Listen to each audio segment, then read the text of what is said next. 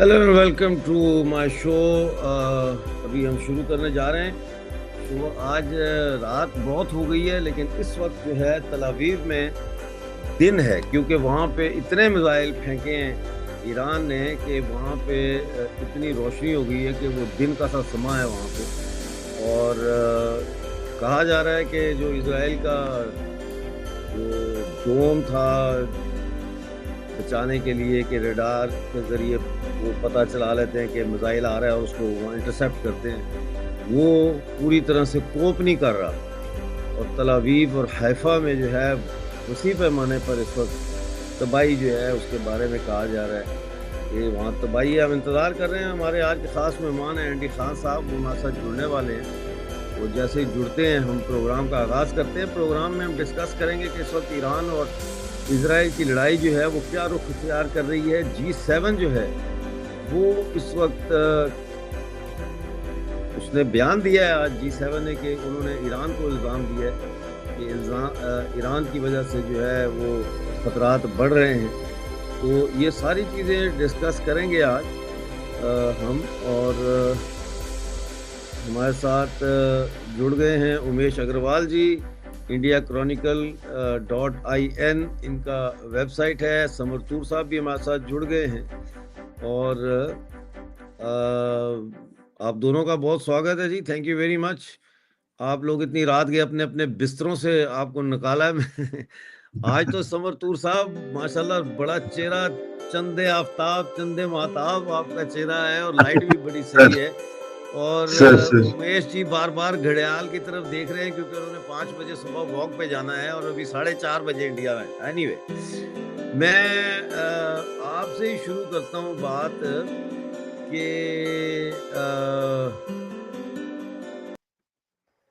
Umesh Agarwal ji, 217 Israeli and back. क्या कोई नया वर्ल्ड ऑर्डर बनने जा रहा है? और इजराइल के ऊपर जितनी बमबारी इस वक्त हो रही है, क्या इजराइल ने ये एक्सपेक्ट किया था ईरान से कि इस इतनी रेजिलियंस दिखाएंगे? अभी आज उनका जो दूसरा कमांडर था नया, अली समथिंग शब्बीर के क्या उसका नाम था, उसको भी मार दिया है। 4 दिन के अंदर 2 आर्मी चीफ जो है वो ईरान के इजराइल ने उड़ा दिए हैं। कहाँ जाता हुआ देख रहे हैं सारे सूरत हाल को आप? देखिए, जिस हिसाब से अभी ईरान ने बैलिस्टिक मिसाइल्स इजराइल पे छोड़ी है, तो कहीं ना कहीं आपको एक तरह से ईरान की जो बैलिस्टिक मिसाइल्स जो है वो पेनिट्रेट कर रही है इजराइल की मिसाइल डिफेंस सिस्टम में। अगर आपने देखा जाए तो उनके पास खुद का आयरन डोम है, डेविड स्लिंग है, फिर एरो है, और एक तरह से इंटरसेप्टर्स भी है जॉर्डन और सऊदी अरेबिया में। और अमेरिका और यूके की शिप्स जो सी से भी इंटरसेप्शन कर रहे हैं, उसके बावजूद अगर वो इसराइल को पेनिट्रेट कर पा रहा है तो ये बहुत बड़ी बात है। सेकेंड, कहीं ना कहीं मुझे लग रहा है कि इसराइल के पास इंटरसेप्टर्स अभी नहीं रह गए हैं लगता है, क्योंकि ये प्रोलॉन्ग वॉर चल रहा है और ईरान के पास बैलिस्टिक मिसाइल्स बहुत ज्यादा है। और एक तरह से अभी बात आई है कि ट्रंप ने नेशनल सिक्योरिटी काउंसिल, उनकी नेशनल सिक्योरिटी काउंसिल की मीटिंग खत्म कर चुके हैं और मोस्ट प्रोबेबली वो एड्रेस करने वाले हैं। और यहाँ तक बात आ चुकी है कि B-2 बॉम्बर्स अमेरिका से उड़ चुके हैं, 2 B-2 बॉम्बर्स उड़ चुके हैं, और उन दोनों में एक बताया जाता है GB-57 बॉम्ब है। ये जो बॉम्ब है 13,600 किलोमीटर 13,600 किलोग्राम का है। और ये बॉम्ब ये ईरान के जो फॉर्दो न्यूक्लियर प्लांट है, जो पहाड़ों में 90 मीटर अंदर है, वहां पे स्थित है। वहां पे 3,000 सेंट्रीफ्यूजेस है। और बताया जाता है कि ईरान ने अभी तक 83 to 84% यूरेनियम एनरिचमेंट उधर हासिल कर ली है। तो उस प्लांट को अगर उड़ा दिया जाता है और एक तरह से ये GB-57 बॉम्ब कर सकता है, तो बहुत हद तक ईरान के न्यूक्लियर प्रोग्राम खत्म जैसा हो जाएगा। अब ये बात है कि GB-57 का जो बॉम्ब है वो 70 मीटर तक वो बताया जाता है कि वो एक पेनिट्रेशन कर सकता है। इसके लिए वहां पे 2 बॉम्बर्स भेजा जा रहे हैं, और वो 2 बॉम्ब अगर डाल देते हैं माउंटेनस रीजन में, जो जिसका डेटोनेशन इम्पैक्ट करेगा, एक तरह से वहां पे वो जो न्यूक्लियर फैसिलिटी है अनसस्टेनेबल हो जाएगा फॉर यूजिंग दैट। तो मेरा ये मानना है कि अगर ये हो जाता है और उसके बाद ट्रंप ने बोल दिया कि अनकंडीशनल सरेंडर करना है, और जिस हिसाब से रेजा पहलवी ने भी अभी एड्रेस किया है, तो अमेरिका का क्लियर कट प्लान है कि ईरान के अंदर एक रेजिम चेंज करवाना है और एक American dominance in the region वो हम देख रहे हैं। ये मेरा मानना है। और एक तरह से जिस हिसाब से होगा उसके बाद मेरे हिसाब से जो ईरान के प्रॉक्सीज है, जो हिजबुल्लाह और हुतीज है, उनको एक तरह से अमेरिका टेम कर देगा। और अमेरिका अपने हिसाब से वो बोलेगा कि आप मेरे दूसरे एलाइज जो है, सऊदी है और कतर है, तुर्की है, इन सबको परेशान करते रहो, ताकि अमेरिका के वेपन्स भी बिकते रहे, अमेरिका का डोमिनेशन भी बनता रहे। और मेरा ये मानना है कि जैसे ईरान एक ब्रिक्स कंट्री है और एक इम्पोर्टेंट मेंबर हो रहा था, जिसमें अमेरिकन डॉलर को रिप्लेसमेंट की बात चल रही थी, उसको भी एक तरह से धक्का लगने वाला है अगर ईरानियन रेजिम चेंज होती है। ये मेरा छोटा सा मेरा एक असेसमेंट है। हम्म। समरतूर साहब, आपने सुना उमेश जी का असेसमेंट, आपका क्या असेसमेंट है इस हवाले से? कहाँ सर जा रही है मेरा कहानी? सर कहानी ये है कि जो प्रेसिडेंट बेंजामिन नेतन्याहू का जो विजन है आया आईमेक या फिर middle east corridor, economic corridor, that is taking shape. Lebanon साफ हो गया, सीरिया साफ हो गया, इराक साफ हो गया, ईरान साफ हो गया, और बात भी ये हो रही है अब कि अगली बारी टर्की की है। ये एक न्यूज डेली में बताया गया है from a Jewish newspaper and जिसकी ठीक है। ऑथेंटिसिटी है। तो बेसिकली जो जैसे उमेश जी ने बताया है कि BRICS is going to be negated, but मैं इनडायरेक्टली बोलूंगा कि ब्रिक्स को फायदा होगा मिडिल ईस्ट इकोनॉमिक कॉरिडोर की वजह से, क्योंकि जितनी भी ब्रिक्स की कंट्रीज हैं they lie in this route right from South Africa, है ना, तो रशिया हो गया, चाइना हो गया, इंडिया हो गया, हम सभी को इसी रूट में ज्यादा फायदा है, नंबर एक। नंबर दो, सीपेक विल बी साइडलाइंड। तो जितना भी चाइना ने पैसा थोक में लगाया था पाकिस्तान में, that is going to go down the drain, because वो रूट इसका हिस्सा बनेगा ही नहीं, and maximum trade will begin from Iran. Now let us read between the lines. शाह को आउस्ट कब कब किया था? जब वो अपने कैंसर के इलाज के लिए ईरान से रवाना हो गए थे और उन्हें पता था कि प्रोटेस्ट बढ़ चुके हैं कि खमेनी ही चार्ज लेगा, और वही हुआ। He took over the control of Iran and he was ousted. अब उसका बेटा, जो कल पहलवी का जो स्टेटमेंट आया है एक्स चैनल पे, तो मैं इस बात पे हैरान हूं कि यूएसए इतने डिकेड्स तक सो रहा था। I mean why did they wait and why all the destruction now? It could have been averted, but the advantage is कि जो ईरान की जो लोग हैं, जो लेडीज हैं, एंड जो बुरखा के खिलाफ और मॉरल पुलिसिंग के खिलाफ एंड रेडिकल इस्लाम इम्पोजिशन के खिलाफ उनका जो माइंडसेट है, वो बहुत समय से इट इज रेजिस्टिंग, एंड मोसाड को इसी का ही मोसाड ने फायदा उठाया। एंड डोंट बी सरप्राइज्ड कि आने वाले 48 घंटे में एक पेजर टाइप ऑपरेशन एक और होगा। अच्छा, don't be surprised. Oh my God. So do not be मैं आपको ये सरप्राइज्ड बता दूं, रिगार्डिंग आप दिस। दोनों की और जितने भी आज मेरे मेहमान हैं, इन सब के जो पर्सपेक्टिव्स हैं उनकी धजियां बिखेरने के लिए जो है ना, वो एंडी खान साहब बैठे हुए। आप कंप्लीट कर लें बात। और दूसरा मैं कहूँगा, ये विगी IRL, मैंने ये लिंक शेयर कर दिया है, अगर आप ज्वाइन करना चाहते हैं तो ज्वाइन कर सकते हैं आप जी। अच्छा, तो ये आपका ख्याल है कि पेजर की तरह का एक अटैक होने वाला है ईरान में? यस, तो मतलब हमें we should not be surprised, number एक। समर और साहब जैसे को ज्यादा उमेश जी पता ने, होगा क्योंकि पेजर इंडिया से ही सप्लाई हुए थे। वो तो अड्डा भला हो जी। नहीं नहीं नहीं नहीं सर। मैंने कहा ना, अभी धजियां बिखेरने वाला बंदा बिठाया हुआ है मैंने। चलो ठीक है। एंड अच्छा, एंड सर, जो B2 बॉम्बर्स की बात है, 3 महीने पहले 5 B2 bombers have already been deployed in Diego Garcia. 3 महीने पहले। तो आप देखें, Donald Trump comes to power, the first statement on first day ही गिव्स इज ईरान को टाइम दे देता है भाई 60 डेज। ठीक है sir, connect the dots. 61st day IAEA, International Atomic Energy Committee, gives a statement on the 61st day that Iran has violated the NPT, non-nuclear proliferation treaty. And 13th जून की सुबह ये बयान आता है, 13th की रात को 200 फाइटर जेट्स from Israel. 200 तो मुझे हजम भी नहीं हो रहा. I doubt whether 200 would have flown. कम ही उड़े होंगे. पर जितनी भी क्वांटिटी थी, it was a well planned operation, क्योंकि before the jets arrived in the airspace of Iran, Mossad had already activated the ground ammunition drones, kamikaze drones, and had taken out almost 60% of their air defense.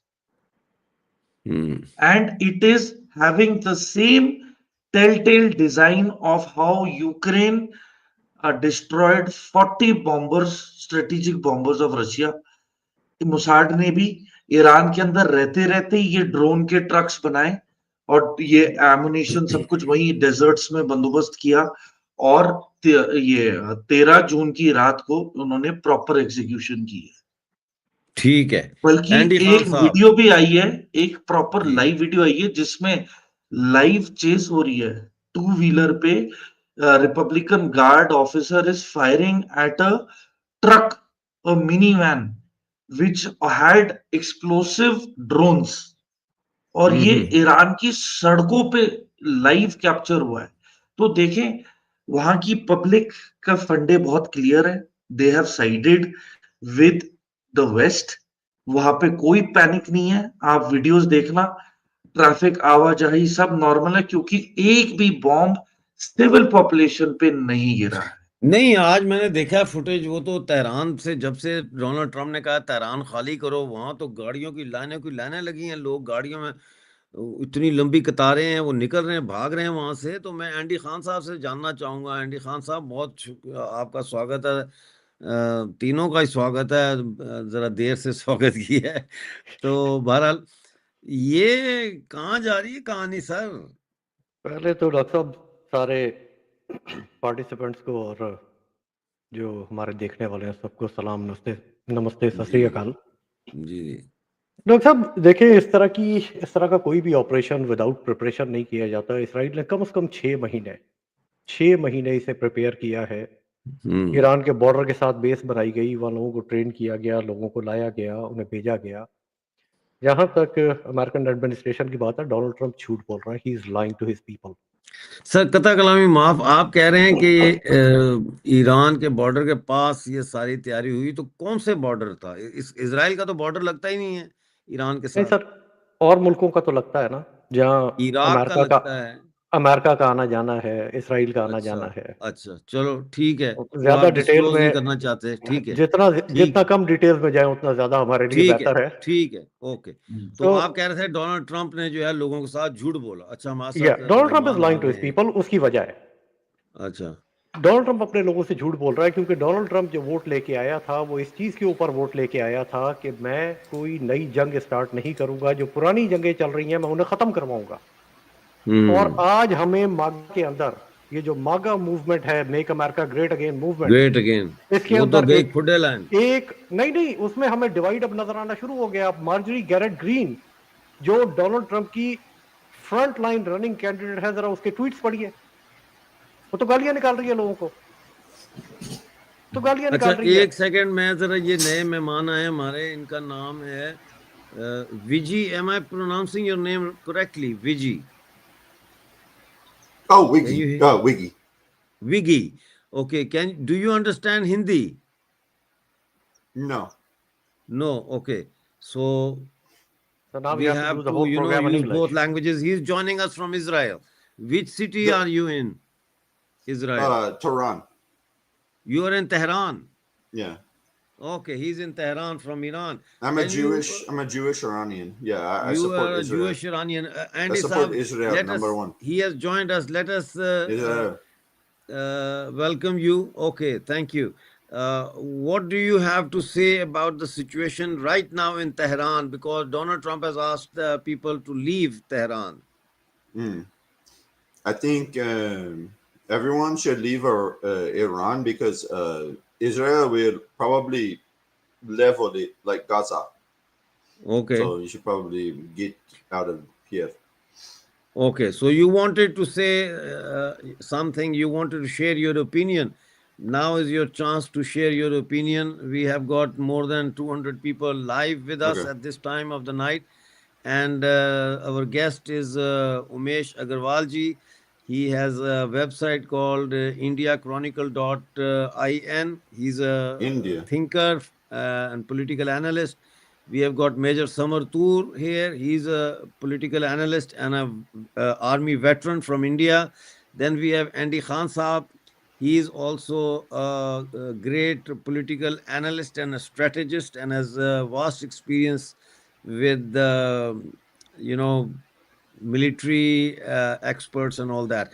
So, and I am Amjad Ayub Mirza. I have this channel and I am also considered as a political analyst. So the floor is yours, sir. Okay, I will say quickly, I love Israel loves India. You're our number one ally in the Asian subcontinent. Yeah. We love India. After we take out Iran, Pakistan, Pakistan is next. Okay, So, thank you. let's Well done. go. Okay. Let's go. 400 people are watching us live now. Please, आप लोग share भी करें ये इसको. Share this. Okay, so what do you want to say? This Tehran, what is the situation?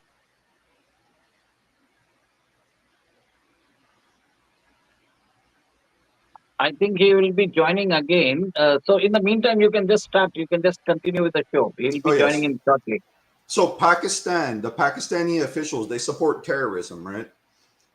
And the Pakistani officials have openly supported Iran.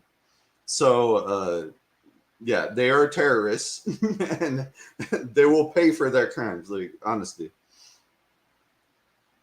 There are rising concerns in Pakistan regarding the possibility of a joint operation with India to take out the nuclear facility.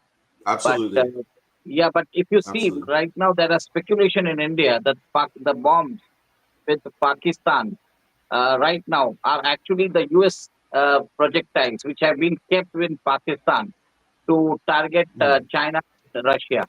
Do you know about Osama bin Laden? Pakistan Yes. hid Osama bin Laden from America. So Pakistan is not a friend. America knows Pakistan is not a friend of theirs. Because of that. But if you see right now, Donald Trump, the way he's trying to cozy up with Pakistan, and his business interests are now intertwined with the military regime, where they are his company, the World Liberty Financial, is now collaborating with Umesh, Pakistan cryptocurrency. Umesh, एक minute. I want to know what is the situation right now in Tehran. Since Vijay, you are in Tehran, what is the situation in Tehran? Well, I'm undercover. I work for Israeli Secret Service, Mossad. Well, I'm not interested in who you work with. I'm interested in what is the situation right now in Tehran. Everyone's scared. Are people running? Everyone's scared. Yeah. Israeli fighter jets are circling around the city. Everyone is terrified for their life. Okay, fine. Let us bring back Andy Khan and let us listen to what he has to tell us. You were mentioning that Donald Trump has been lying. Doctor, मैंने आपको phone का screen दिखा दिया है. That's the situation in Tehran right now. See how many people are on the street. Look. Yeah. This is live from Tehran. So why are they on the street? Nobody is running. On the street? Nobody is running. Doctor, nobody is running. Nobody is running. जिस मुल्क ने They're in the streets, not in the buildings, because the buildings are getting bombed. जिस मुल्क ने 8 साल Iraq से जंग लड़ी है और उनके लोग नहीं भागे, आपको लगता है आप भागेंगे? Nobody have an idea how this war is going to end. It's easy to start a war. It's very hard to sustain it. You need a lot of testicular fortitude to contain the war and keep sustaining it. Okay. The problem is, Vijay, if you want to add anything else, that's fine. Otherwise, we have to continue this show in Hindi. So you can sit and watch and read the comments. Okay, my final speech would be okay. So Tehran has already asked for surrender. They have no air power. And if you have no air power, you can get bombed indiscriminately. And that's the same thing that would happen to Pakistan, because Israel is a big ally of India, as long as you know that. Yeah. So that's all I'm saying. Well, thank you Namaste. very much Namaste. for joining and for coming and Namaste, sharing my your brothers. thoughts with us. That's really, really, we appreciate that. Hanji. Okay, एक तो Donald Trump साहब झूठ बोल रहे हैं और constantly ठीक हो झूठ गया। बोल रहे हैं।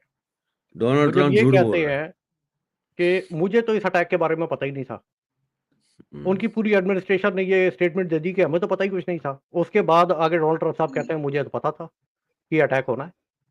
हाँ, फिर कहते हैं मुझे पता था लेकिन हमने इसमें हिस्सा नहीं लिया। अच्छा, फिर कह रहे हैं हमारी कोई इन्वॉल्वमेंट नहीं है। एक तरफ आप कह रहे हैं आपकी कोई इन्वॉल्वमेंट नहीं है, दूसरी तरफ आप ये कहते हैं कि लोग जो हैं वो तेहरान को खाली कर दें। So there is a clear picture over here कि अमेरिका इन्वॉल्व है और अमेरिका के आशीर्वाद के बगैर ये नहीं हुआ। अमेरिका ने ग्रीन लाइट दी है जब हुआ ये, और ये पूरी 6-7 महीने की तैयारी के साथ हुआ है। अब इसे सस्टेन करना, क्या इसराइल इसे सस्टेन कर पाएगा? क्या ईरान इसे सस्टेन कर पाएगा? That's a mystery in itself, जैसे मैं अभी थोड़ी देर में डाइसेक्ट करना शुरू करूंगा आपके लिए। सर, ब्रिक्स कहीं नहीं जा रही और ना ही BRI कहीं जा रहा है। अच्छा, ये दोनों चीजें कहीं नहीं जा रही हैं। They will continue on. Major साहब का ये थोड़ा सा इख्तलाफ माजरत के साथ और एहतराम के साथ कि ये दोनों चीजें कहीं नहीं जा रही। कल डोनाल्ड ट्रंप साहब ने एक बड़ी खूबसूरत स्टेटमेंट दी है कनाडा में बैठ के, instead of G7 make it G8, know make it G9, bring Russia and China also in it, without them it's not complete. तो अगर वो उनके इंटरेस्ट प्रोटेक्ट नहीं करेगा, डू यू थिंक कि उनके इंटरेस्ट प्रोटेक्ट किए बगैर उन्हें लाने की बात करेगा वो? उसको पता है अब साझेदारी के बगैर गुजारा नहीं है। डॉक्टर साहब, साझेदारी के बगैर गुजारा नहीं है। अब डोनाल्ड ट्रंप वो बंदा नहीं है। आज एक बड़ी अजीबो गरीब सी स्टेटमेंट आई है कर्नल मैकग्रेगर की, और वो सुनने से ताल्लुक रखती है। वो ये कह रहे हैं कि मैं डोनाल्ड ट्रंप के सामने बैठा हुआ हूँ और मैं उससे बात कर रहा हूँ। डगलस मैकग्रेगर ये एक डेकोरेटेड ऑफिसर है अमेरिकन आर्मी का, और वो ये कह रहा है कि मैं डोनाल्ड ट्रंप के सामने बैठा हुआ हूँ और वो एक हारे हुए शख्स की तरह से मेरे सामने बैठा हुआ है, क्योंकि जो उसने एडवाइजर चूज किए, जिन लोगों को वो लेके आया अपनी टीम के अंदर, उन्होंने उसे धोखा दिया। वो सारे के सारे उसके अगेंस्ट चले गए। वो जंग नहीं चाहता, मगर ये इसे जंग में धकेलेंगे और अमेरिका इस जंग में इन्वॉल्व होगा। मगर उसका नतीजा क्या निकलेगा? आप आज सुबह की एक ट्वीट पूरी दुनिया के अंदर चल रही है और वो सब उसको देख रहे हैं। मैं अभी आपको उसका स्क्रीनशॉट भेज रहा हूं, उसे यहाँ पे प्रेजेंट कीजिए जरा। जी भेजिए। इस ट्वीट के ऊपर नाम किसका है वो भी देख लीजिए कि की किसने है, और डॉक्टर साहब इसे जरा लगाइए और ये ट्वीट क्या क्या रही है। ये लिखने वाला फरमा रहा है, the world can move on without the United states, the world can move on without United states. 100 years ago, a British Empire dominated global commerce. मगर वो बीच की सारी तारीख जो उन्होंने रिपीट की है ना, उसको छोड़ दीजिए। जी सुधाकर जी, आ जाओ, आप आ जाओ, मैं भेज रहा हूँ link. Okay okay okay okay okay, मैं भेज रहा हूँ लिंक आपको। हाँ जी, मैं I am sending you the link straight away sir. No I am going to send you the link. Okay, no worries I am sending you the. General Sudhakar ji का phone आया, कहते हैं मैं सोते सोते उठ के बैठ गया हूँ, इतनी इंटरेस्टिंग डिस्कशन कर रहे हैं आप लोग, और एंडी खान साहब की बातें जो है वो मैं उससे सहमत हूँ, और मुझे भी लाए। मैंने कहा मैं आपको भेजता हूँ। पहले मैं ये जो आपने वो कहा है ना, वो क्या है इमेज, इस लिंक, इस इमेज को लगाइए जरा। इसके ऊपर जो नाम है ना, that name have to be seen by people. ये कौन कह रहा है?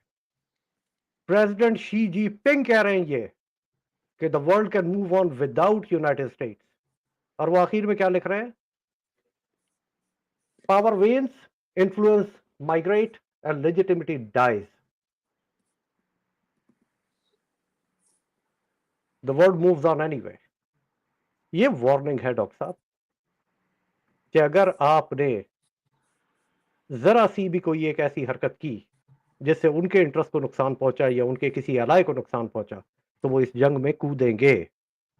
अभी कल डोनाल्ड ट्रंप साहब फरमा रहे थे, परसों की बात है, उन्होंने कहा था कि मेरी प्यूटन से बात हुई है और Putin knows Iran more than me and he will, वो करवाएगा सुलह। ये क्यों लोगों को लग रहा है कि अमेरिका इस जंग में कूदने जा रहा है?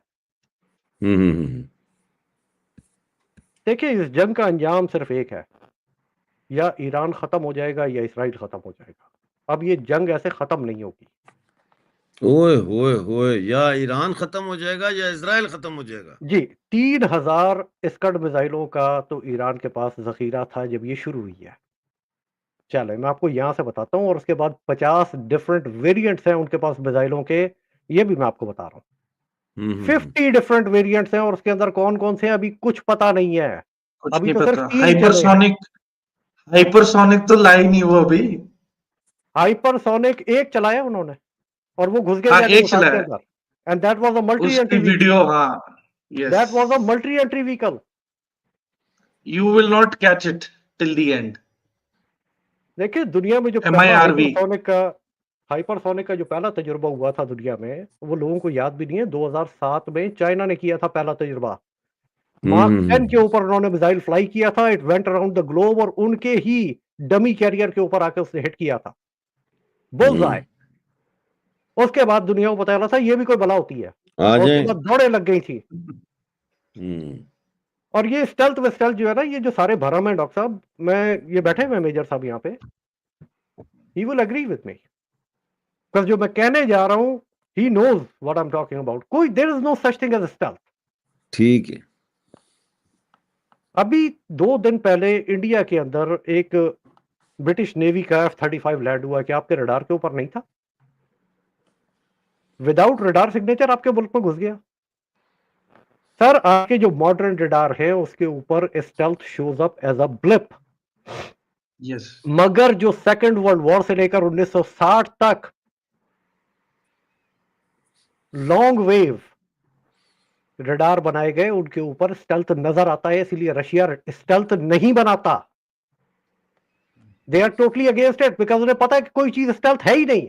आप सेकेंड वर्ल्ड वॉर के या 60s के एरा के किसी भी रडार को ऑन कीजिए, आपको स्टेल्थ नजर आता है। वो छुप नहीं सकता उससे, उसकी रेंज कम होती है। चाइना ने दावा किया है कि 1200 किलोमीटर पहले ही उन्हें F-35 इज एयरबॉर्न पता लग जाता है। जी, चाइना का 6th जनरेशन फाइटर पिछले साल दिसंबर में फ्लाई कर चुका है। इट टुक अ फ्लाइट, और अमेरिका आज बना रहा है। We are at that point where China is beating everybody in this world in technology. 8,000 kilometer range plus 1,000 kilometer engagement range. Let us welcome Major General Sudhakar ji. Thank you very much for joining. हमने तो लोगों की नींदें आराम कर दी हैं Andy साहब ने। ये एंडी खान साहब का कसूर है भाई, मेरा कोई लेना देना नहीं। अच्छा, मजे की बात ये है जय हिंद डॉक्टर, सर। जय हिंद जी, वेलकम। जय हिंद, जय हिंद। डॉक्टर साहब, कल आपके चैनल के बाद ये लगातार सुने नहीं दिए, पर पूरी रात स्टैंड टू करके रखे हैं। So I am sorry, I am informally attired. No that's fine, you look perfectly casual and good. Yeah. 5 बजे सुबह के इस वक्त 5 बजे हमारे साथ लोग जुड़ रहे हैं, उधर वॉशिंगटन से जुड़ रहे हैं, वो सुबह का टाइम है, इधर से मैं जुड़ रहा हूँ। I found very distinguished panelists giving out very substantive perspective. Yes. मैं एक बार खान साहब को बोलने दीजिए, मैं कुछ पर्सपेक्टिव शेयर करना चाहता हूँ। ठीक है, make some value addition.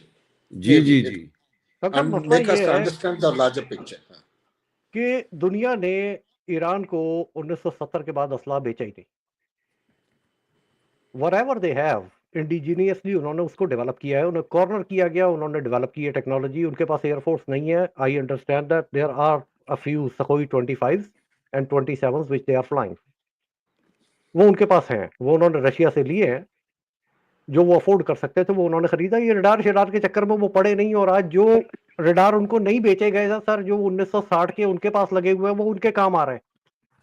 आज उससे वो F-35 गिराने का दावा कर रहे हैं, क्योंकि उसके आगे स्टेल्थ रहता नहीं है।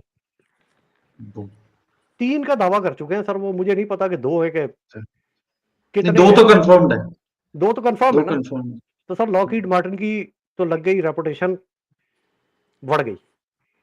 सर वॉरफेयर में कोई नहीं देयर इज खरीदता नो, कोई इक्विपमेंट बचा ही नहीं है विच इज इनविंसिबल।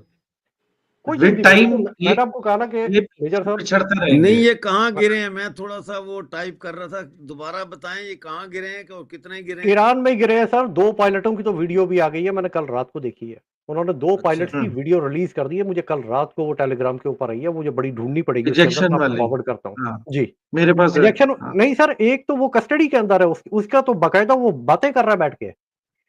नहीं वो इजेक्ट अच्छा। कर गए थे वो, दे हैव एप्रीहेंडेड देम जी, उसके बाद जब एप्रीहेंड किया गया है तो कस्टडी के अंदर उसका इंटरव्यू करते हुए वीडियो दी है उन्होंने। वो नहीं आई, वो दैट आई डोंट हैव अभी। वो that I have seen it, I have seen it. तो अच्छा, वो 2 नहीं वीडियो रिलीज हो ये चुकी हैं। कौन सा जहाज गिराया है? जरा मेरे दर्शकों को भी तो बताएं ना। F-35 सर, अमेरिका का मान गिरा दिया F-35 गिरा उन्होंने। दिया है। हाँ हाँ, उधर जिसका अमेरिका को पाकिस्तान मान कहता था है वो गिरा कि दिया। पाकिस्तान कहता है हमने इंडिया का F-35 भी गिरा दिया। तो F-35 अगर इस तरह गिर रहे इंडिया के मक्खियों पास की कहाँ तरह F-35 है? इंडिया के पास में है। F-35 है, क्यों आप बेचारों को बदनाम करवा रहे हैं? रफायल बोल रहे थे, Rafale, Raphael. Rafale, sorry sorry. Sir Rafale भी जहाज है, वो भी गिर सकता है। दुनिया का कोई भी जहाज गिर सकता है, इसमें कोई मसला नहीं है। चाइना के जहाज भी गिर सकते हैं और गिरते भी हैं। अभी उन्होंने अपना चाइना खुद के ही जो जो अपना खुद ही क्रैश कर दिया उन्होंने, बाय द वे। वो कहीं और भी एक क्रैश हो गया अभी, चाइना का जहाज JF-17 किसी और मुल्क में क्रैश हुआ है। ये होते रहते हैं, मगर F-35 को, एक स्टेल्थ को गिरा देना, सर आपने बहुत बड़े बड़े मान तोड़ दिए उन्होंने। अभी उन्हें इतने हल्के में ना ले, ये जंग अभी चलेगी, ये चलेगी और जंग। ये अभी और मजीद चलेगी। और नेतन्याहू साहब जो है वो पूरी अपनी एड़ी चोटी का जोर लगाएंगे कि किसी तरह वो अमेरिका को इसके अंदर घसीटे। मगर जो दुनिया की 2 बड़ी ताकतें हैं, देखिए दुनिया में 5 बड़ी ताकतें हैं, 2 तो नाम नेहाद है।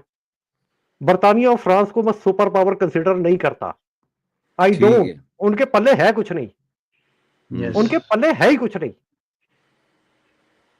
तो 3 है, रशिया है, चाइना है, अमेरिका है।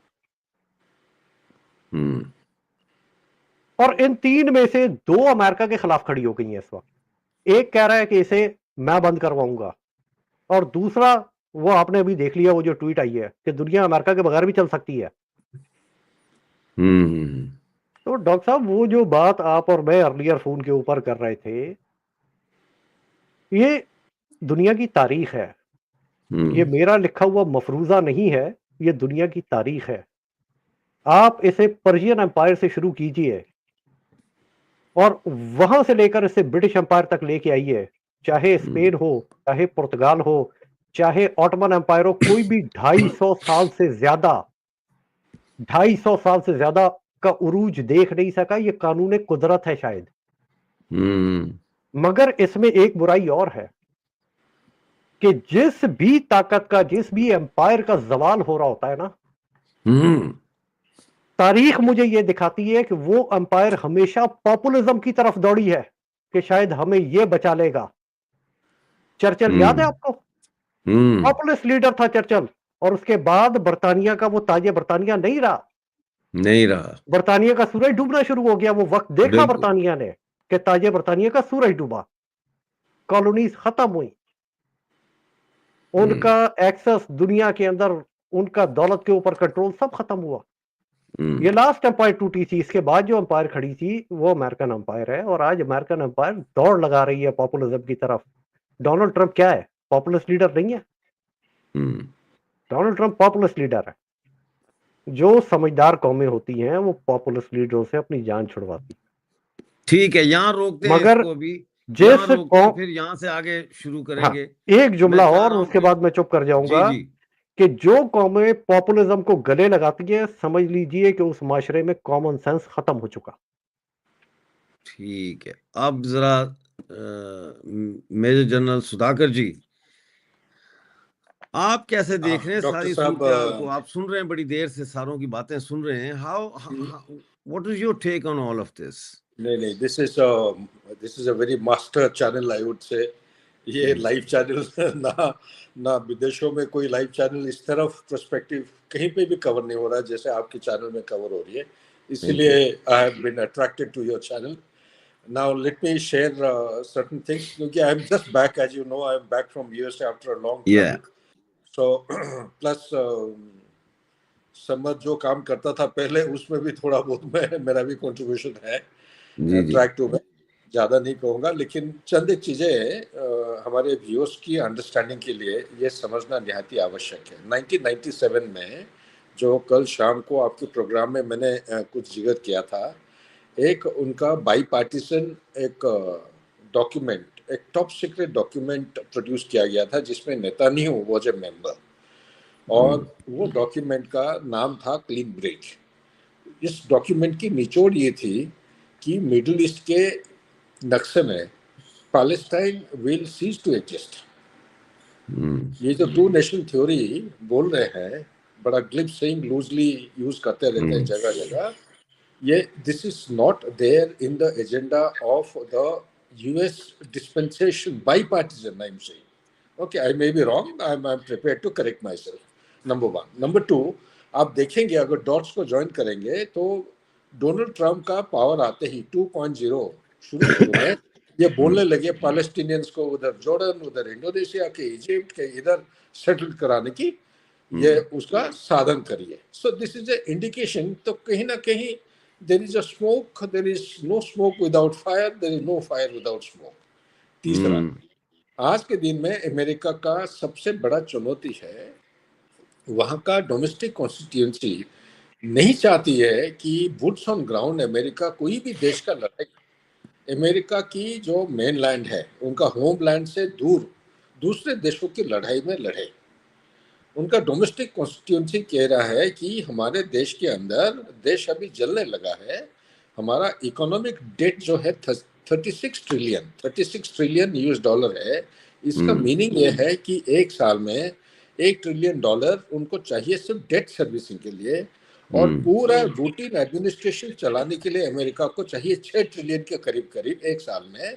उनका रेवेन्यू जनरेशन हो रहा है 4 ट्रिलियन के करीब, डेफिशिएंसी 2 ट्रिलियन है। तो 2 ट्रिलियन ये प्लस 1 ट्रिलियन एक साल का जो डेट सर्विसिंग, 3 ट्रिलियन कहाँ से लाएंगे? ट्रिलियन कोई $1 या $1 नहीं होता है, ना कि कोई $1 मिलियन, ठीक है ना, लाखों में करोड़ों में आप गिनती नहीं कर पाएंगे। इसके लिए बहुत बड़ा परेशान है उनका treasury has raised the hand कि इसके आगे कांग्रेस उनको सैंक्शन नहीं दे पाएगा। तो इसीलिए वो साम दाम दंड भेद हर कार्रवाई जो है उनके पीछे एक ड्राइविंग फोर्स है, जहां से अपने वो डॉलर को बचा सकते हैं, सस्टेन कर सकते हैं, बरकरार रख सकते हैं या बढ़ोतरी करा सकते हैं। उसके साथ कुछ भी इनके लिए कोई एथिक्स आज के दिन में नहीं है। ये जो ब्रिक्स और आप BRI की बात कर रहे थे, सीपेक, डोनाल्ड ट्रंप का परिस्थिति ऐसा हो गया है जहां से ये फायदा उठा सकते हैं उसके वो साथ में लेके चलने के लिए तैयार है। इसीलिए G7 को G9 का भी बोल रहे हैं, चाइना को भी जोड़ने के लिए राजी हैं, रशिया को भी जोड़ने के लिए राजी हैं। नेक्स्ट पॉइंट मैं यहीं पे हाईलाइट कर देना चाहता हूं कि सबसे बड़ा थ्रेट उनके मन में यह है डी-डॉलराइजेशन। अगर ब्रिक्स ये कदम उठा के आगे बढ़ रहे, अभी बढ़ रहे बाय द वे, ब्रिक्स का बहुत ही उन्होंने सूझबूझ के बाद आगे की तरफ स्विफ्ट की एक ऑल्टरनेट मेजर उन्होंने स्टार्ट कर दिया। चाइना का जो ट्रांस बॉर्डर करेंसी ट्रांसफर का कुछ ये कर रहे हैं, सक्सेसफुली हो रहा है, और उनका अपना अपना देशों की करेंसी यूज कर रहे हैं। ये सबसे बड़ा थ्रेट डॉलर को इसीलिए है। एक समय में डॉलर का डोमिनेंस, मैं कह रहा हूँ जो ब्रेंट डील हुआ था 1973 में, तब का 86 to 86% डोमिनेंस हुआ करता था। कोविड पैंडेमिक के टाइम में ये ड्रॉप होके 56% डोमिनेंस आ गया था। और चीफ जो एक्सपर्ट्स हैं वो कहते हैं, इकोनॉमिस्ट, कि अगर कोई भी करेंसी, इंटरनेशनल रिजर्व करेंसी, उसका डोमिनेंस 50% से नीचे हो जाता है, आप मान के चलिए उस करेंसी की कोई value as a reserve currency नहीं रहेगा। तो इसलिए आज का जो डोमिनेंस, एक है डॉलर, दूसरा है यूरो, और तीसरा जापान का क्या है, येन। ये तीनों, हाँ, ये तीनों को माने जाते हैं ये reserve currency as international currency for commercial activity. लेकिन डॉलर का dominance by fortune I would say it has gone up from 56% to करीब 59% between COVID-19 and now। थोड़ा सा लेफ्ट पे हो जाएं, आप फ्रेम से बाहर निकल रहे हैं, थोड़ा लेफ्ट पे ओके जी। अच्छा ओके, ठीक। ये आगे थोड़ा सा बढ़ते जा रहा है, लेकिन ये सबसे बड़ा क्रिटिकलिटी आज के दिन में अमेरिका के अंदर है। तो इसीलिए नेक्स्ट पॉइंट मैं यहीं पे हाईलाइट करना चाहता हूँ। आप जो इजराइल की मोसाद का कोई ऑपरेटिव तेहरान से कुछ बयान दे रहे थे, उनसे ये पूछेगा कि ये आज के दिन में इनका जो सुप्रीमो है कोई हाइड आउट में है, मोसाद के जाल में फंसे हुए हैं। ये काफ़ी उन्होंने कोशिश किया था रशिया जाने के लिए, निकलने के लिए, लेकिन जा नहीं पाए हैं। तो इनकी फ्यूचर क्या है मोसाद के मुताबिक, कि उनको मारने तो नहीं जा रहे, क्योंकि डोनाल्ड ट्रंप बार बार बयान दे रहा है और नेतान्याहू को भी बोल चुका है कि चाहे आप कुछ भी कर लो लेकिन इसको आप कोई नुकसान नहीं पहुंचाएंगे। तो मोसाद की हैसियत से उनका क्या कहना है, या मैं उनसे सवाल यही पूछना चाहता हूँ। और लास्ट हमें पॉइंट ये यही भी कहना, कंफर्म नहीं है कि वो वाकई में मोसाद के थे या ऐसे ही वो छोड़ रहे थे। वो तो आ गए बीच में बात नहीं नहीं करने के सर, लिए, उन्होंने कहा कि मैं बात करना चाहता हूँ। नहीं सवाल मैं ये भी जानता हूँ है यहीं संदीप पे साहब। पकड़ में आ जाएगा ना ये सवाल की जवाब जो है, जैसे उनके मुंह से निकलेगा। यहीं से हमारे पास एक एक्सपर्ट इंट कोर के है, तो मेजर साहब तूर साहब सुधाकर बैठे जी, हैं। सवाल तो ये होना चाहिए ना कि जो अमेरिका की इवेंजलिस्ट लॉबी है, what do they have planned? उनका क्या प्लान है इस ग्रेटर इसराइल को बनाने के बाद? ओके, कभी किसी ने मैं उनकी आइडियोलॉजी स्टडी की कि वो क्या चाहते हैं? हाँ मैं बता देता हूँ। मैं जितना जानता हूँ पर्सपेक्टिव, हो सकता है मेरा गलत हो, जितना मेरे को थोड़ा सा जानकारी है। नंबर एक, अमेरिका और इजराइल एक सैटेलाइट आउटपोस्ट है। It's an extension of America Indo middle east. ये प्रॉक्सी आप बोलिए या कोई भी नाम से बोलिए, ये नहीं चाहता है अमेरिका का कॉन्सेप्ट या डॉक्ट्रिन में, अनस्टेटेड डॉक्ट्रिन या क्लासिफाइड डॉक्ट्रिन में, कोई इस्लामिक कंट्री के पास न्यूक्लियर वेपन हो। जैसे आपने आप में से कोई एक डिस्टिंग्विश्ड पैनलिस्ट ने कुछ कहा कि ईरान के बाद नंबर आएगा पाकिस्तान का, ये बिल्कुल सही है, ये सोच विचार बिल्कुल सही है। अभी पाकिस्तान को टर्की का सर, ये गुलाब जामुन खिला रहे हैं, जलेबी खिला रहे हैं, तूर साहब क्या मालिश कह हो रहे रही है हैं? उनकी। सर पाकिस्तान का नहीं आएगा सर टर्की। हाँ, टर्की का नंबर है, टर्की के बाद पाकिस्तान का आने का काफी होगा। But the fact of the matter is, ये नहीं चाहते हैं कि इस्लामिक कोई भी देश के अंदर न्यूक्लियर बॉम्ब हो, और अगर वहां पे नॉन डेमोक्रेटिक कोई डिस्पेंसेशन चल रहा है उसको रेजिम चेंज करके डेमोक्रेटिक फोर्स को लाना सर चाहते मैं हैं। इसको इस्लामिक नहीं कहूंगा, मैं कहूंगा ऑयल जिनके पास है वो नहीं, कंट्रीज। रुके जरा नहीं सुधाकर जी, अच्छा, थोड़ा सा या गुड इख्तिलाफ पॉइंट, करूंगा गुड मैं। Point, that's a point well taken, that's a great हम पॉइंट। हर चीज को रिलीजन में करके ना कंफ्यूज कर देते हैं, जैसे नहीं नहीं नहीं नहीं, देखिए जूस डॉक्टर और साहब, मुस्लिम, हिंदू और हर चीज मुस्लिम। डॉक्टर साहब हर बेसिकली चीज तो किस्सा सारा तेल का है। डॉक्टर साहब हर चीज का रिलीजन से ताल्लुक है। ये जो लोग अच्छा, इसराइल में आके आज बैठे हुए हैं, आपको क्या लगता है ये पागल हैं कि इनके ऊपर इतने अटैक हो चुके हैं, इतने सालों से 70 साल से लड़ाई चल रही है? ये पागल है कि ये यहाँ बैठे हुए हैं? वो रिलीजियस रीजन ही है ना यार। आखिर अच्छा। में at the end the goal is to make the third temple. ये कौन है अपना? तूर है, तूर बोल रहे हैं या और नहीं कोई? नहीं, ये हमारे एंडी खान साहब बोल रहे हैं। एट द खान एंड तो साहब बोल उन्होंने रहे हैं, थर्ड टेम्पल ओके बनाना है ना, तो इसका रिलीजन से ताल्लुक है। देयर इज तो a religious element involve in it. मगर एक और रिलीजियस एलिमेंट है जिसकी तरफ मैं इशारा कर रहा था, और मैं सवाल पूछ रहा था कि जो अमेरिका की इवेंजलिस्ट लॉबी है, व्हाट डू दे वांट, और उनका प्लान क्या है? उनका प्लान तो ये है कि जिस वक्त ये ग्रेटर इसराइल बना लेंगे, उसके बाद जाके इन सबको मार के हम अपनी होली एम्पायर बनाएंगे। खान साहब, I must compliment just one more line, there after you take on the floor. एक लाइन में ये कहना चाहता हूँ, हर प्रेसिडेंट अमेरिका में ये ना जबकि पिए, पावर में लाइव पे ना पिए, ये लाइव पे ना पिए, मेरा वो स्ट्राइक लग जाएगी। अच्छा, मुझे ना डॉक्टर मारो। साहब, हाँ मिर्जा जी साहब, एक पॉइंट मैं बता के खत्म जी करना जी, चाहता बिल्कुल हूँ। बिल्कुल। हाँ, नहीं, खान साहब की जो बयान था, it was more military like, very precise and straightforward. I must compliment him. तो थैंक यू। अमेरिका में कोई भी प्रेसिडेंट पावर पे आता है, ये हमेशा ये एक क्रिएटिव बेंट ऑफ माइंड के साथ आते हैं कि नए नए चीज करेंगे। आप अगर जो बाइडेन को स्टडी करेंगे, ये कभी नहीं चाह रहा था कि रशिया यूक्रेन के बीच में लड़ाई हो। कभी नहीं वो उनका इंडो पैसिफिक था सेंट्रल पॉइंट। चाइना एक सेंट्रल उनका जो स्ट्रेटेजी है बाई पार्टीशन क्या है नेशनल सिक्योरिटी स्ट्रेटेजी 2022 अक्टूबर में वो चाइना को पूरा क्लियरली आइडेंटिफाई किए हैं।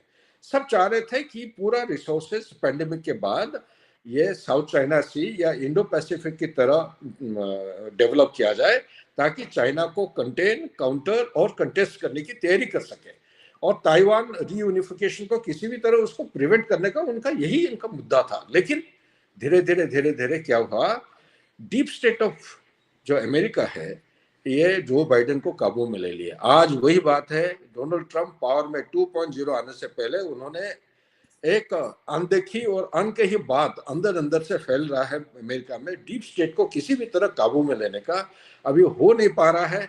4 महीना खत्म नहीं हुआ, 5वें महीने में डीप स्टेट उनको काबू में ले लिया। उनका फॉरेन पॉलिसी चाहे मिडिल ईस्ट का हो और कहीं हो, ये उन्होंने उसको हाईजैक कर दिए हैं।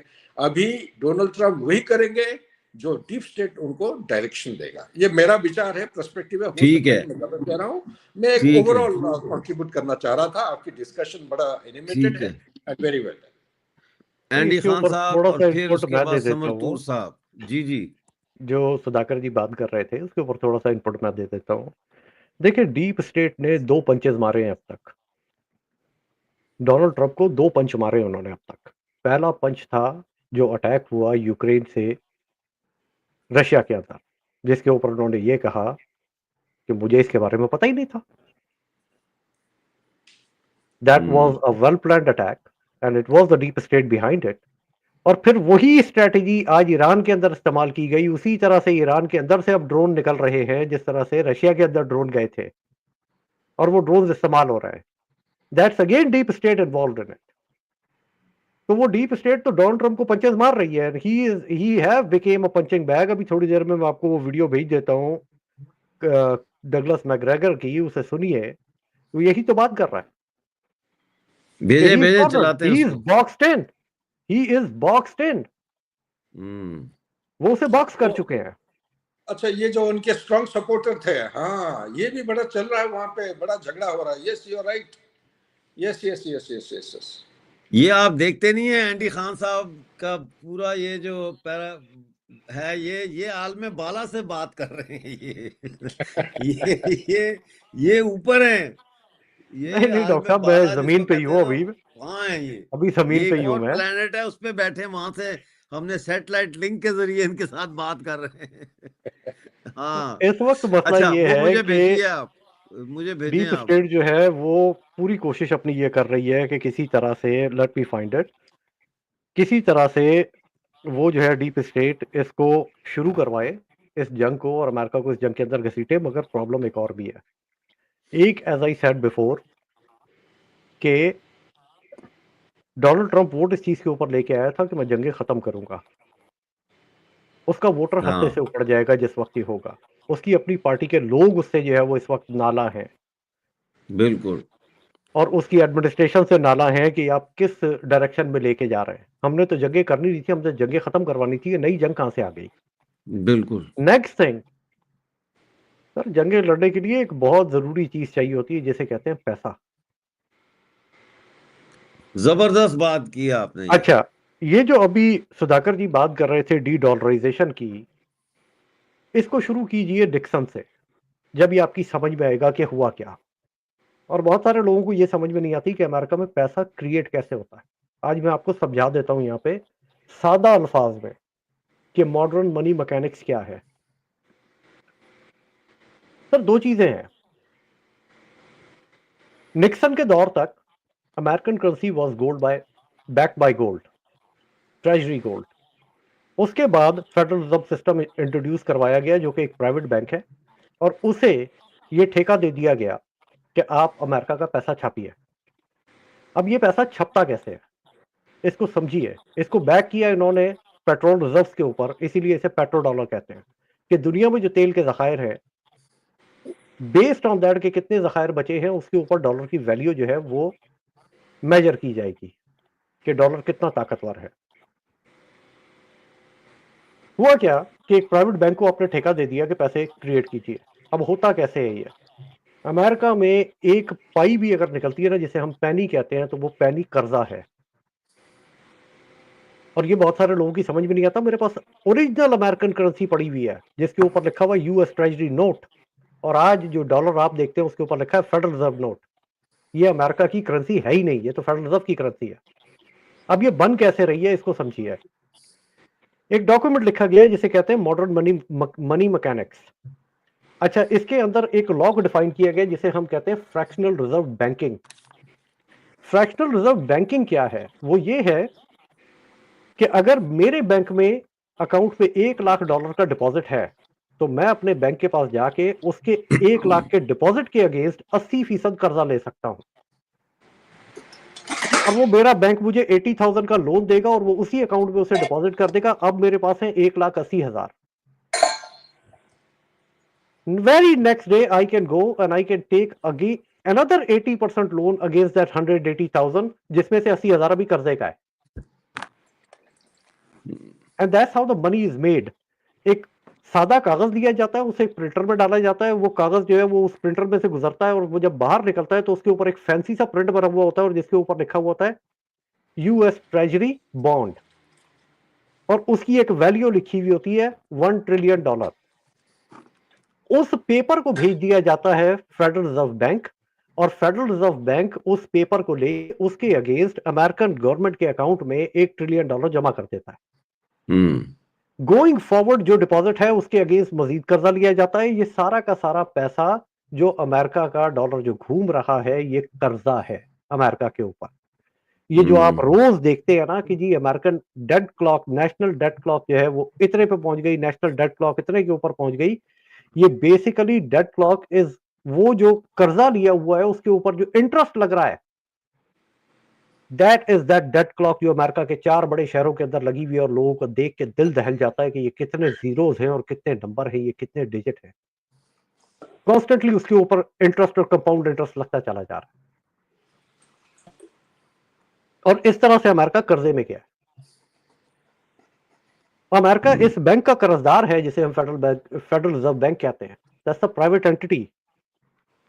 दूसरी एक और चीज, अमेरिका के अंदर एक और इदारा एग्जिस्ट करता है जिसके बारे में बड़े मिथ हैं, और उनके पास बड़ी पावर है, बड़ी ताकत है, जिसे कहते हैं IRS, इंटरनल रेवेन्यू सर्विस, जिसको डोनाल्ड ट्रंप साहब ने खत्म करने की बात की थी। ये भी एक प्राइवेट इदारा है। ये प्राइवेट इदारा लोगों की प्रॉपर्टीज खा जाता है अगर आप इनका टैक्स ना दें, अगर आप इनके ड्यूज पे ना करें तो। ये प्राइवेट सेक्टर की पावर है अमेरिका के अंदर।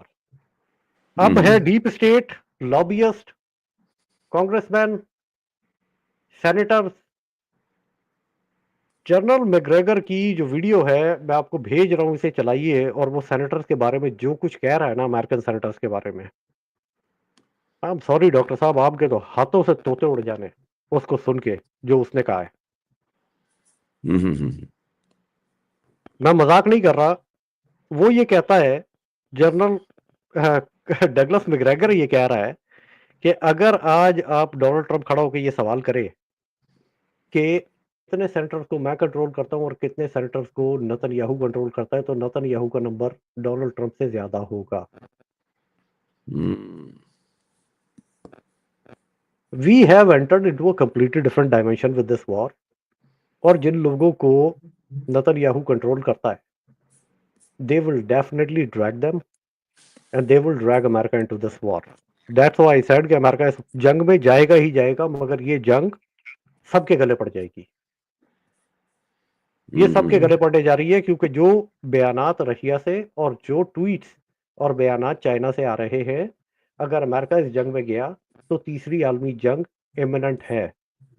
और ये वही थर्ड वर्ल्ड वॉर है जिसके लिए मैंने ये कहा था कि सेकंड वर्ल्ड वॉर के जितने कॉन्फ्लिक्ट सेकंड वर्ल्ड वॉर के बाद पैदा हुए, वो without third world war solve नहीं हो खत्म नहीं होंगे। ये अब आप समरतूर साहब को लीजिए, मैं वो वीडियो ढूंढ के आपको भेज रहा हूँ, फिर उसके बाद उसको चलाते हैं। जी वो कहते ने पे ए ते मरवा रहे सानू, कह रहे हैं तीसरी जंग लगनी है। ये जो सेकंड वर्ल्ड वॉर के जो इश्यूज पेंडिंग पड़े हैं, ये थर्ड वर्ल्ड वॉर के जरिए हल होंगे। ये तो मरवाएगा हमें भाई ये एंडी खान, तो ये ते सारा जीना इन्हें पसंद नहीं है। अच्छा सर, अब this is a undeclared third world war. मैं पहले न्यूज चैनल पे भी बोल दूसरी चुका तक हूं, खोता ही खूह it is already started. It It is started already with started. I Azerbaijan. agree with It you. I agree. started Totally with agree with you. Azerbaijan, Armenia. Yeah, Azerbaijan and Armenia, it began with them. And then exactly. the countries started taking sides with Azerbaijan, and Armenia was to a large extent left out because whichever country was siding with Armenia, जो अर्मीनिया की side ले रहे थे, उनके पर drone technology का D भी नहीं पता था उन्हें. पर बिल्कुल. अजरबैजान के साथ इजराइल खड़ा था, हाँ. अजरबैजान के साथ टर्की खड़ा था. तो Azerbaijan one the war against Armenia. इससे क्या हुआ, आर्म्स रेस शुरू हो गई. फिर जो बेकार कंपनी है जो जिसने बरियक्तर TB2 ड्रोन्स बनाए, वो बाद में पता चला कि तैयब अर्दोवान के सन इन लॉ की कंपनी है. सो इट इज बिकम हाँ, वो पता लगा. इट इज बिकम हाँ, so it has become a personal business for Turkey, and Turkey has initiated a arms race in drone warfare. उसका हमने खामियाजा कहां देखा? It is purely visible between Ukraine and Russia. And आप भूले मत कि बीच में जब सीरिया में अनरेस्ट चल रहा था, तो एक Russian fighter jet was shot down over the air space of Turkey. तो तब से रशिया भी मौका ढूंढ रहा है कि टर्की को कैसे रगड़ना है. यूएसए भी एक कॉमन एनिमी या फिर एक common payable in the shoe for US and Russia is Turkey. और मैं आपको बता रहा हूं, ईरान के बाद तुर्की की ही बारी आने वाली है 101%. क्योंकि ये ड्रोन रेस के चक्कर में America has lost focus of its actual F-47 and other weapon system programs. And ये एक डिविएशन हो गया जिसकी वजह से चाइना ओवरटेक कर गया. पर आप एक प्रोजेक्ट है यूएसए का X-37B, ये वो एयरक्राफ्ट है जो 900 दिन इन ऑर्बिट रहा है, जिसने सभी रशियन और चाइनीज सैटेलाइट्स को पिन पॉइंट करके उसे एज अ टारगेट नोट कर चुके हैं. So in case war becomes uglier in the future, satellites will be taken out from space by USA. तो अगर किसी को लग रहा है कि यूएसए पिछड़ रहा है या कुछ, USA is thinking beyond the stratosphere, कि उसके बाहर. तो अगर आप सैटेलाइट्स ही हटा दोगे तो यू आर ऑलरेडी ब्लाइंडेड. आपके सारे वेपन सिस्टम्स, कम्युनिकेशन सिस्टम्स खत्म. एंड मैं आपको बता रहा हूं, जैसे 9/11 में सिंप्लिसिटी ऑफ द प्लान ने मार दी थी FBI और CIA को. And we will go back to Morse code, we will go back to the prismatic compass and map. क्योंकि जीपीएस में अब जो स्पूफिंग टेक्नोलॉजी है, आपका जीपीएस स्पूफ हो सकता है. आपने डेटा तो फीड करके चले गए बैटलफील्ड में, एक बार आप जैमिंग स्पेक्ट्रम के अंदर आ गए और खुदा ना खास्ता वहां पे स्पूफिंग हुआ. Because I am a owner of a defence company called Zulu defence. तो मैं स्पूफिंग, स्पेक्ट्रम हॉपिंग, अलग टाइप की जैमिंग, किस बैंडविड्थ पे जैमिंग्स होती हैं, ये बहुत बड़े चैलेंजेस हैं आज की तारीख में. And anything electronic is very vulnerable.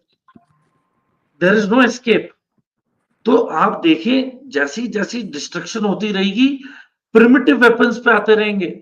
आज की तारीख में रशियन सोल्जर कहता है, आप मुझे पंप एक्शन शॉटगन दे दो टू डाउन अ ड्रोन, पर मैं AK-47 से नहीं गिरा सकता. सो देखिए, माहौल चेंज होगा. और अब एक लेटेस्ट अपडेट दे देता हूं. There is a place called District 18 in Tehran. उसमें काफी मिनिस्टर्स और उनकी फैमिलीज रहती हैं, ठीक है. एंड वहां पे उनका कम्युनिकेशन हब भी है, टेलीकम्युनिकेशन का. तो डिस्ट्रिक्ट 18 तेहरान को बोल दिया गया है टू विकेट. तो बेसिकली आज they will take out the full communication setup of Iran internally. तो जो भी अब इनकी इंटर कमांड कम्युनिकेशंस होगी, उस पर इफेक्ट होने वाला है. होने और जो वाला है। पेजर वाला मैंने आपको स्टार्टिंग में बताया था, don't be surprised in 48 hours ऐसा कुछ हो ईरान में। नहीं, मुझे ये बताएं, ये इन्होंने, मेरे पास वीडियो आ गई है, मैं भी चलाता हूँ, मुझे ये बताएं कि ये इन्होंने कैसे, मतलब है कि सारा इनकी जो क्रीम थी वो फारग कर दी फौज, और ये जो अब 4 दिन पहले नया आर्मी चीफ बना था अली, इसको भी उन्होंने मार दिया। सर ये कैसे किया इन्होंने? सर इनसाइड जैसे ईरान नेटवर्क। हिजबुल्ला में हुआ है, जैसे हाँ, हिजबुल्ला के साथ हुआ है, the biggest intelligence that any intelligence agency can have is a human on ground, not the technology. इसका मतलब इतनी टेक्नोलॉजी इज पेनिट्रेशन है, टूल। मोसाद की इतनी सर पेनिट्रेशन है इसराइल की। सर तेहरान में 11 सिनेगॉग हैं। There are 11 synagogues in Tehran parliament में एंड सीट भी नन ऑफ है, देम हैव। हाँ जी, पार्लियामेंट में सीट भी है पार्लियामेंट में एक सीट भी है। ज्यूस की। हाँ जी। तो मसला ये देखिए नहीं है सर, ऑन ग्राउंड नेटवर्क बहुत बड़ा है मोसाद जबरदस्त का, है, बहुत बड़ा है। और एक बुराई है ईरानियों के अंदर, और उसे एक्सेप्ट कर लेना चाहिए। ईरानी बहुत थोड़ी कीमत पे बहुत जल्दी बिक जाते हैं, बिक जाते हैं। ये बेकार ईरानी बात बिक जाते हैं? है। ईरानी मैं बिक जाते समझा था पाकिस्तानी बिक जाते हैं, और हैं। सबसे ज्यादा इनके इंटेलिजेंस के लोग बिकते हैं। अच्छा, मैं तो समझ था पाकिस्तान के लोग सबसे ज्यादा बिकने में तेज हाउस हैं। क्लीनिंग की जरूरत है ईरान को, and they have to do some serious deep cleaning in their own house. House cleaning के चक्कर में ही तो they lost their very senior general. जी, अब डॉक्टर साहब वो वीडियो लगाएं और उसे जरा एंजॉय करवाएं लोगों अच्छा, को वीडियो कि का थोड़ा सा कर्नल डगलस बैकग्राउंड मैकग्रेगर एक क्या दफा कह फिर रहे हैं। बता दें। मैं, सुधाकर जी पता नहीं चाय बना रहे हैं, कॉफी बना रहे हैं, क्या कर रहे हैं? चाय बना रहा हूँ। हाँ, चाय बना रहे हैं, ये मैं कहते यही हैं तो समझ गया था। मैंने भी अपलोड कर दी है, मैं चला देता हूँ। हाँ, ये नहीं, वीडियो है, एक छोटी सी वीडियो है, 1-1.5 मिनट हाँ, की। This, and this is most important, Cyrus. If you're President Trump, you हाँ जी, बताएं। ये प्रेसिडेंट ट्रम्प के ऊपर मुलाकात के बाद जनरल डगलस मैकग्रेगर जो है, ये किसी पॉडकास्ट के ऊपर बैठ के कमेंट्स दे रहे हैं। आप जरा इसको सुनिए कि वो कहते क्या है। ठीक है, सुने जी। the problem is this, and this is most important, Cyrus. If you're President Trump, you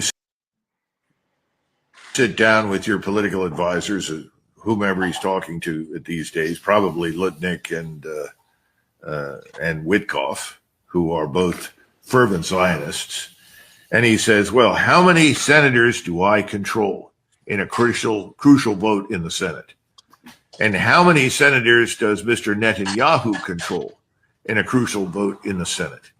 Answer, Mr. Netanyahu controls more of the Senate than Donald Trump.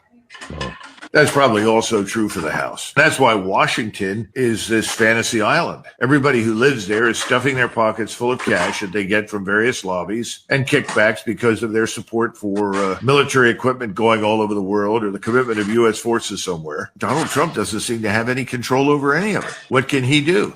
I don't know if you saw him just, I think it was yesterday, where he was asked directly about Iran. Right. And I've seen him in person up close. And this was a very different Donald Trump. He sat there very sort of stone-faced. Well, what about Iran and the negotiations? What's happening? And he sits there and he says, well, they want to enrich uranium and they can't do that. We can't have that. And they have to give up some other things, meaning theater ballistic missiles and so forth. And they won't do that. So I think I've said it, and it's clear the consequences are very dire. And then he sort of sat there. Right. This is not a man who wants to go to war. Right. Of course not. He's never wanted to go to war against anybody. But what's he going to do now? He's essentially boxed himself in thanks to his wonderful advisors and his readiness to essentially unconditionally support anything Israel and its agents in this country want. He's stuck. So what's the answer? The answer is we're going to have a war with Iran. जी doctor साहब, अब आपको समझ में आई कि क्यों जाएगा America इस जंग के अंदर। कि Donald Trump is just a dummy. Donald Trump is just a dummy. Sir military complex वाले owners call the shots. Yeah. The stakeholders मैं बताता हूँ, इराक में जब लड़ाई हुई है ना, डिक चेनी की कंपनी थी जो खाना का कॉन्ट्रैक्ट लेके खाना प्रोवाइड कर रही थी यूएस फोर्सेस को in Afghanistan and in Iraq. There was a lady also involved. एक और कंपनी है जो हाँ जी। कंस्ट्रक्शन के नाम पे बनाई गई थी, इसका नाम हैलीबर्टन है। वो देख, मेरे से सुन लेना आप, मतलब सारा पैसा मैं तो पूरी डायसेक्शन ऊपर करके बैठा हूँ इनकी। मैं तो हाँ, वैसे ही बैठा हुआ हूँ आप दोनों के बीच में। सर मैं आपको एक बहुत ही बहुत ही have- जरूरी चीज बताता हूँ। ये ना लोगों की आंखें खोलने वाला पर्सपेक्टिव दे रहा हूँ। You both of you have degraded me to the level of just manage the show like a technical नहीं, staff. सर आप होस्ट हैं, सर- होस्ट सवाल पूछा करते हैं, कमेंट्स भी मैं दिया क्या करते हैं। सवाल पूछूं? सवाल पूछने हम- के लिए बैक एंड इंफॉर्मेशन भी तो चाहिए ना, ज्यादा सवाल पूछूं। मैं अच्छा ये तो सर, नहीं पूछ सकता अब सवेरे इसके अंदर जो है, सी इसके अंदर एक चीज और हुई है आज इतनी अमेरिका के माइंड अंदर। Bogging information, my God. एक चीज और हुई है, तुलसी गैबर्ड ने एक रिपोर्ट लीक कर दी है, she made it public. America की 17 एजेंसीज ने मिलके एक रिपोर्ट बनाई जिसके अंदर वो 17 एजेंसीज ये कहती हैं Iran is nowhere closer to हाँ, ये बड़ी मेकिंग अ बॉम्ब। इंपॉर्टेंट बात है एंडी खान। अच्छा, ये बड़ी important बात है। 92 से हम देख रहे हैं हाँ, नेतन्याहू ये को बड़ी कि वो बार बार आता है अंडर ओथ 95 के अंदर, वो ये कह रहा है कि 6 महीने में बन जाएगा ईरान का एटम बम, 6 महीने में ईरान एटम बम बना लेगा, ओथ लेके किताब पे हर हाथ बारी। रख के कसम खा के झूठ बोल रहा है। सही बात है। तो मसला ये है तो कि इसका ये मतलब सारा ये हुआ, आपने कहा ना सवाल मेरा काम है करना, तो इसका मतलब फिर ये हुआ कि मेरा सवाल ये है कि जिस तरह वेपन ऑफ मास डिस्ट्रक्शन की कहानी थी इराक में, वही कहानी ईरान की है कि ये एटम बम बना रहे हैं।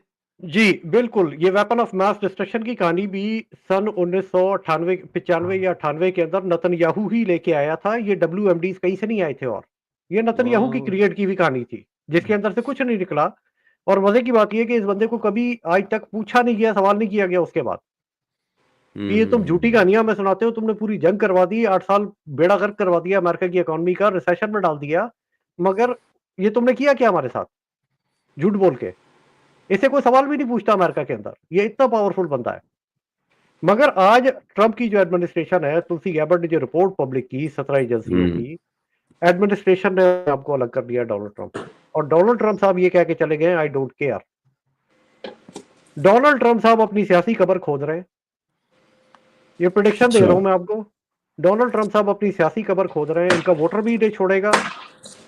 और मजे की बात आपको एक और बताऊं, अमेरिका की एक तारीख है, हर मुल्क की एक तारीख होती है, और अमेरिका की तारीख ये है कि किसी यहाँ की आवाम ने किसी भी स्टेटस को बहुत ज्यादा अरसे चलने नहीं दिया।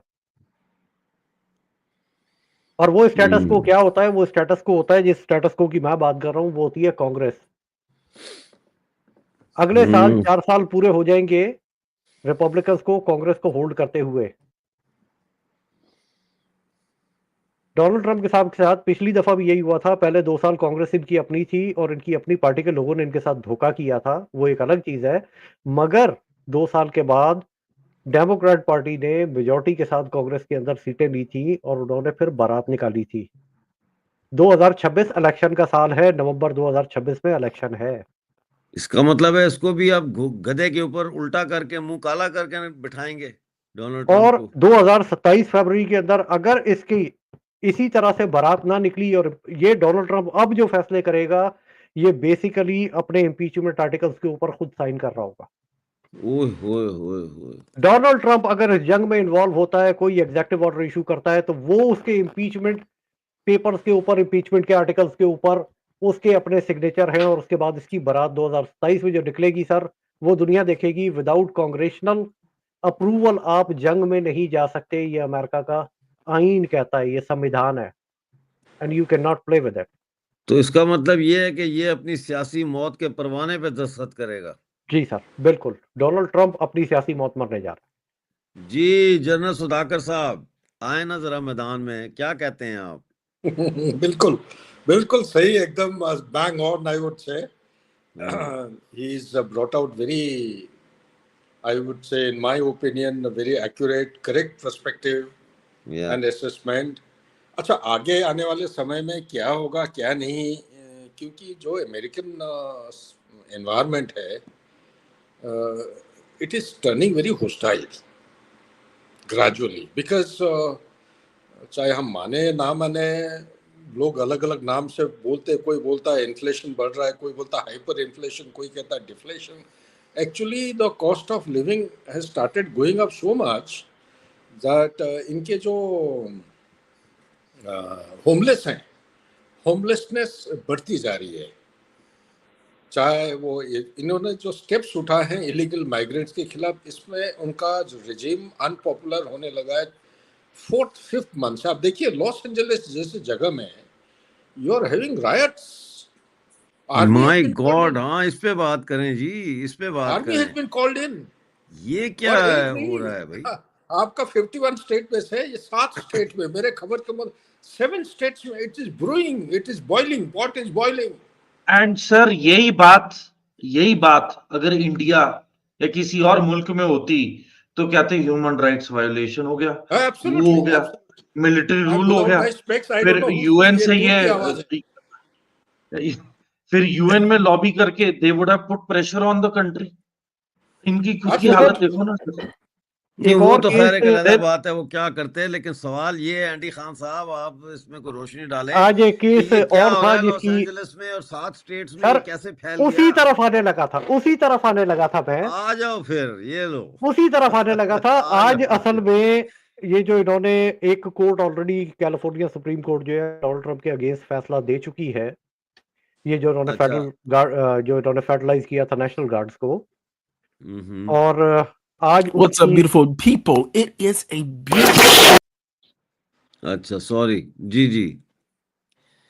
आज इन्होंने उसके ऊपर अपील की हुई थी और आज उसकी हेयरिंग अभी मेरा ख्याल जारी है, सारी है, अभी खत्म नहीं हुई। अच्छा, उसकी हेयरिंग अभी चल रही है और उसके अंदर से भी क्या निकलेगा, क्योंकि if 9th circuit court finds that कि ये फैसला जो इन्होंने किया है नॉन कॉन्स्टिट्यूशनल है जी, तो बड़ी हजीमत वहां से भी उठानी पड़ेगी। कैलिफोर्निया की एक कोर्ट ऑलरेडी इसे अनकॉन्स्टिट्यूशनल करार दे चुकी है। मेरा ख्याल है कि गवर्नर ने भी चैलेंज किया है, गवर्नर ने चैलेंज कर दिया है। सर गवर्नर ने जो चैलेंज किया था उसी के ऊपर कैलिफोर्निया सुप्रीम कोर्ट ने उस पर फैसला दिया था और अब जो है वो 9th circuit district federal court जो है उसके अंदर इसकी अपील की हेयरिंग जारी हो सारी है। और जैसे ही ये खत्म होगी मेरा ख्याल है कि डोनाल्ड ट्रंप वहां से ठीक ठाक हजीमत उठाएंगे। अच्छा, ये जो मसला है ना, इसको थोड़ा सा पॉलिटिकल मसला है अमेरिका का, जो लॉस एंजलिस के अंदर हो रहा है। इसे हमें उस तरह से देखना बहुत जरूरी है। जब तक उसे उस तरह से नहीं देखेंगे, and a very old school way, अगर इसे हम नहीं देखेंगे तो हमारी समझ में नहीं आएगा। देखिए सर, इलेक्शन में वोट काउंट होते हैं, मगर वोटों से किसी भी कांग्रेस की कांग्रेशनल डिस्ट्रिक्ट या उसकी सीटें काउंट नहीं होती। वोटर से नहीं काउंट होती, ये काउंट होती है सेंसस से। हर 7.5 लाख लोगों के ऊपर एक कांग्रेस की सीट बनती है। अच्छा, और ये जो ब्लू स्टेट्स के अंदर इलीगल इमिग्रेंट्स को लाया जाता है, इसकी वजह यही होती है कि ये आबादी में इजाफा करते हैं, जिससे इनकी सीटों में इजाफा होता है और इनका कांग्रेस के ऊपर कंट्रोल बढ़ता है। ये कंट्रोल की लड़ाई है। डोनाल्ड ट्रंप साहब उस सीटों को कम करने की कोशिश कर रहे हैं। अब वो कानूनी तौर पे कर रहे हैं, संविधान के मुताबिक कर रहे हैं, या उसके अगेंस्ट जाके उसको बालाए ताक रख के कर रहे हैं, जो कुछ भी कर रहे हैं, वो उन सीटों को कंट्रोल करने की कोशिश कर रहे हैं और वो अपना कंट्रोल बरकरार रखने के लिए इस लड़ाई को लड़ रहे हैं। ये एक वो मसला है जिससे कांग्रेस का कंट्रोल डिसाइड होता है। अगर आबादी होगी तो सीटें होंगी, और अगर सीटें ज्यादा होंगी तो उस सूरत में वो बरकरार रहेंगी और उनका कांग्रेस के ऊपर कंट्रोल बरकरार रहेगा। और फिलहाल तो ये मुझे कहीं जाता नजर नहीं आ रहा। अगर 9th डिस्ट्रिक्ट कोर्ट से, 9th सर्किट कोर्ट से इसके खिलाफ फैसला आ गया, दैट मींस कि ये सारा ऑपरेशन जो है वो रुक जाएगा। और ऑलरेडी आइस बैक ऑफ कर गई है, by the way they have backed of. वो जिस तरह से छापे मार रहे थे उस तरह से वो छापे नहीं मार रहे हैं। ये आज की खबर आपको दे रहा हूँ कि आइस पीछे हट गई है, पब्लिक प्रेशर बहुत बढ़ गया है। और लॉस एंजलिस की मेयर ने वो कर्फ्यू भी लिफ्ट कर दिया है, जो कर्फ्यू उन्होंने लगाया हुआ था उस शहर के अंदर, वो कर्फ्यू अब लिफ्ट हो चुका है। आज की ताजा खबर ये है कि वो कर्फ्यू उठ गया। तो सर ये बहुत सारी जगहों से डोनाल्ड ट्रंप साहब फंसते जा रहे हैं और ये मेरा ख्याल वाहिद प्रेसिडेंट होंगे तारीख के अंदर, जितनी बेइज्जती इनकी होगी ना तारीख में किसी और सदर की अमेरिका में इतनी बेइज्जती नहीं हुई होगी। नहीं तो ये बेवकूफ है इतना, इसको समझ नहीं आ रही कि क्या हो रहा है इसके साथ और कैसे इसको हैंडल करना चाहिए सिचुएशन को। सर देखे वो वीडियो आपने देख लिया ना, अब आपके सामने सारा हाँ मैंने देखा देख तो तो खुल ली गया, अब। आपको समझ तो आ गई है ना कि क्या हुआ है उसके हाँ साथ। हाँ ही गॉट बॉक्स्ड इन। अब उसको आप अब कुकड़ को डड़बे के अंदर बंद कर देंगे और उसके बाद आप कहेंगे कि अब तू जो है ना वो उड़ के दिखा, तो वो तो नहीं होता। ये गलती जी डोनाल्ड ट्रंप से पिछली दफा भी हुई थी, ये गलती इससे इस दफा भी हुई है। अपनी टीम चूज करने में ये इंतहाई अब मैं क्या इसके लिए लफ्ज का इस्तेमाल करूं, he takes foolish decisions when it comes to picking his team and he's paying the price for it now. बस समझदार लोग थे वो इसको छोड़ गए। आज तुलसी गैबर्ट इसको छोड़ गई, इससे एक हफ्ते पहले इलॉन मस्क इसको छोड़ गया। हाँ इलॉन मस्क छोड़ गया। वो कि क्यों तुमने छोड़ मुझसे गया कहा भाई? था, तुमने मुझसे कहा था कि मैं अमेरिका के बजट में कमी करूंगा, अमेरिका के कर्जे हाँ उतारूंगा। हाँ हम तो पैसा बचाने के लिए आए थे और तुम ये हाँ जो बजट लेके आ रहे हो, ये जो स्पेंडिंग बिल तुम लेके आ रहे हो, तुम तो 5% कर्जे में इजाफा कर रहे हो। 5 से हाँ 7% कर्जा बढ़ जाएगा अमेरिका का। बिल्कुल। तो वो तो इस चीज के ऊपर प्रिंसिपल स्टैंस के ऊपर छोड़ के चला गया। बाद में वो जो भी मजाक बने, जो कुछ भी हुआ, F-35 का भी उसने मजाक उड़ाया था। आज आपने देख लिया, गिर गए। उसने क्या कहा था F-35 के बारे में? Jack of all trades, expert of none, too expensive, to be too backward. ये इलॉन मस्क के अल्फाज है F-35 के बारे में। He is a brilliant man, बड़ा विजनरी बंदा है इलॉन मस्क और बड़ी क्लियर बातें करता है। वो दो टोक बातें करने वाला इंसान है मेरी तरह से। वो जो कुछ कह गया वो तारीख साबित करती चली जाएगी आपको कि जो कुछ वो कह रहा था सही था। तो वो कह रहे हैं कि कुछ लोग तो ये भी कह रहे हैं कि वो अपनी सियासी पार्टी बनाएगा। देखिए उसने वो सियासी पार्टी बना के क्या करेगा? देखिए बाय बर्थ अमेरिकन तो है नहीं, प्रेसिडेंट का इलेक्शन तो लड़ नहीं सकता। हाँ उसने ये प्रोपोजिशन जरूर दिया ट्विटर के ऊपर आके, बल्कि एक्स के ऊपर, कि नई formerly party known as Twitter, कि जो अमेरिका का 80% मिडिल क्लास है, इसकी रिप्रेजेंटेशन कहीं नहीं है, इसकी आवाज नहीं सुनी जाती। इनकी आवाज सुनने के लिए एक पार्टी होनी चाहिए, अगर एक थर्ड पार्टी है, ये भी याद रखिएगा। तकरीबन 10% वोट लिए पिछले इलेक्शन के अंदर और ये वोट देने वाले सारे जो थे वो या तो नए वोटर थे या 30 साल से कम उम्र के लोग थे जिन्होंने वोट दिए ग्रीन पार्टी को। ग्रीन पार्टी को जी, जिल स्टाइन। और ये अमेरिका के फ्यूचर की पार्टी है। ये जो अब जनरेशन जवान हो रही है या जो नौजवान जनरेशन है, ये उनकी पार्टी है और ये आपको आज नहीं शायद 20 साल के बाद ये पार्टी आपको 20-25 साल के बाद पावर में नजर आएगी अमेरिका के अंदर। तो पॉलिटिकल डायनामिक्स चेंज होते रहते हैं, मगर फिलहाल जो हमारे पॉलिटिकल डायनामिक्स हैं ये हमें कहां ले जाके खड़ा करेंगे और ये दुनिया को कहां ले जाके खड़ा करेंगे। अब देखना ये है कि क्या डोनाल्ड ट्रंप साहब वो फूलिश मिस्टेक करेंगे जिसके नतीजे में दुनिया एक तीसरी जंग अजीम में चली जाए। क्योंकि एपिसोड्स में तो ये जंग हो रही थी ना, हम इसे देख रहे थे, तो कभी सीरिया में, कभी इराक में, कभी आपकी इंट्यूशन कहीं क्या है? और। आप क्या समझते हैं कि ये करेगा गलती जाने की? होगी ये जंप करे? मुझे तो लगता करेगा। सर अगर ये जंग में नहीं जाएगा तो ये रिजाइन करेगा।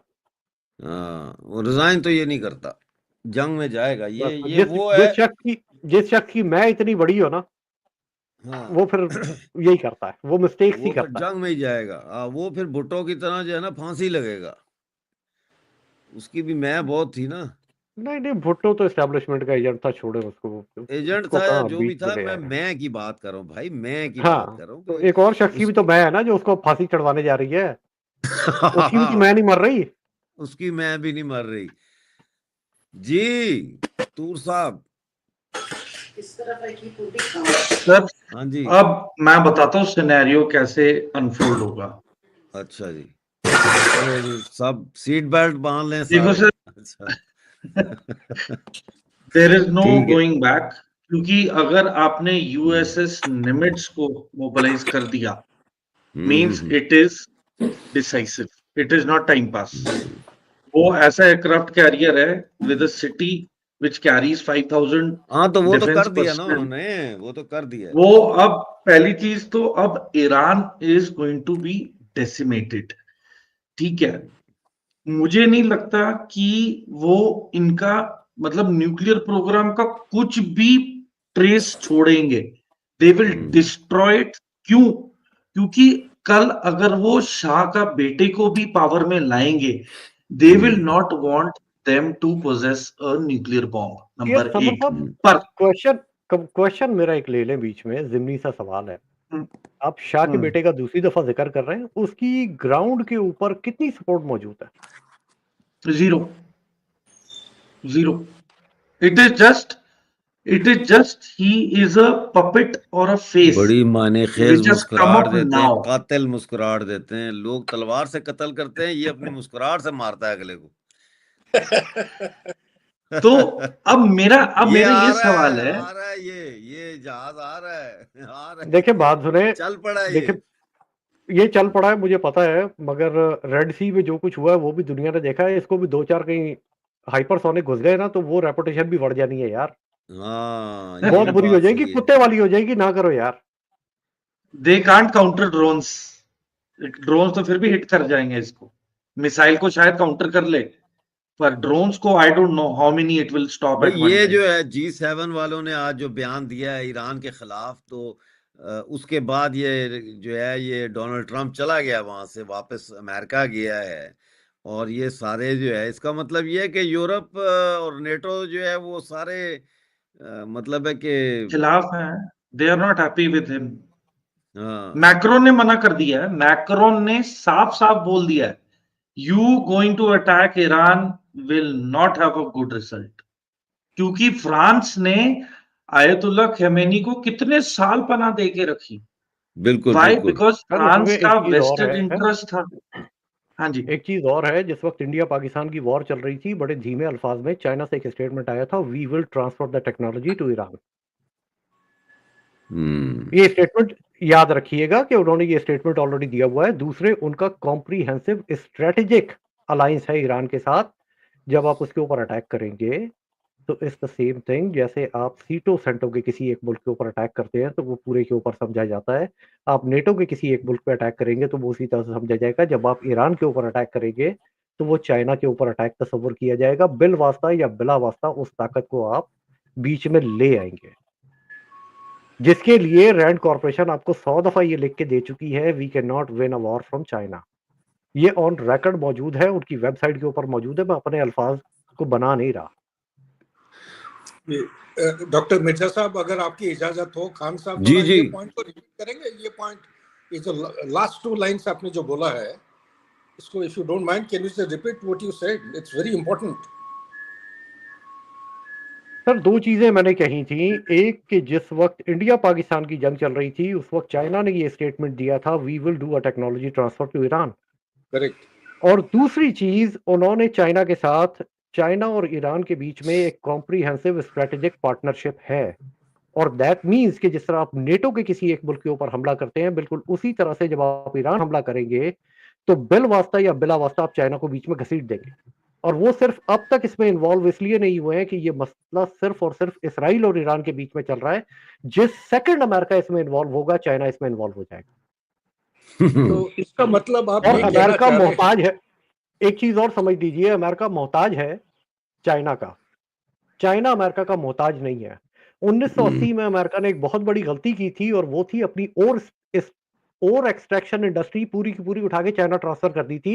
ये जो आज बार बार रेयर अर्थ मेटल्स और स्टील और इसकी और उसकी हर चीज की रिच निकलती है अमेरिका के अंदर, और वो ये कहते हैं कि चाइना हमें जो है ना, वो ये सारा कुछ आप उन्हें दे चुके हैं, क्योंकि आप अपना एनवायरनमेंट बचाना चाहते थे। आपको अपनी हवा के अंदर कोयले का धुआं नहीं चाहिए था, इसलिए आपने सारी और एक्सट्रैक्शन इंडस्ट्री उनको ट्रांसफर की। आज आपको जितना लिथियम आ रहा है वो सारा का सारा चाइना से आ रहा है। आप पूरी दुनिया से और एक्सट्रैक्ट करके चाइना बेचते हैं, और वो आपको लिथियम एक्सट्रैक्ट करके उसमें से बेचते हैं। Same goes for cobalt, same goes for germanium, gallium, germanium, yes, gallium, germanium, all the germanium, rare या, अर्थ मेटल। ये आप Rare सारे earth चाइना से metals. ले रहे हैं, और अगर वो इनको सैंक्शन कर देता है आपके इन्वॉल्व होने के चक्कर में, तो आपकी सारी टेक्नोलॉजी सारी वो एडवांसमेंट बढ़ जाती है मिनटों के अंदर, आपकी सारी इंडस्ट्री रुक जाती है यहाँ पे। तो रशिया की क्या है आपकी perspective? Russia and Iran also have got a strategic partnership. जी, इज रशिया और इसके ऊपर जॉइन इन? डोनाल्ड ट्रंप साहब ने 2 दिन पहले अपने ट्रुथ सोशल के ऊपर, जब उन्होंने इसे व्लादिमीर पुतिन से लास्ट वीक बात की है, प्रेसिडेंट पुतिन से, तो उसके बाद उन्होंने ये लिखा था कि Russia Putin knows Israel more Iran Putin knows Iran more than I do and he will solve this problem. तो वो बॉल उन्होंने उसके कोर्ट में डाल दी थी कि आप इस मसले को सॉल्व कीजिए।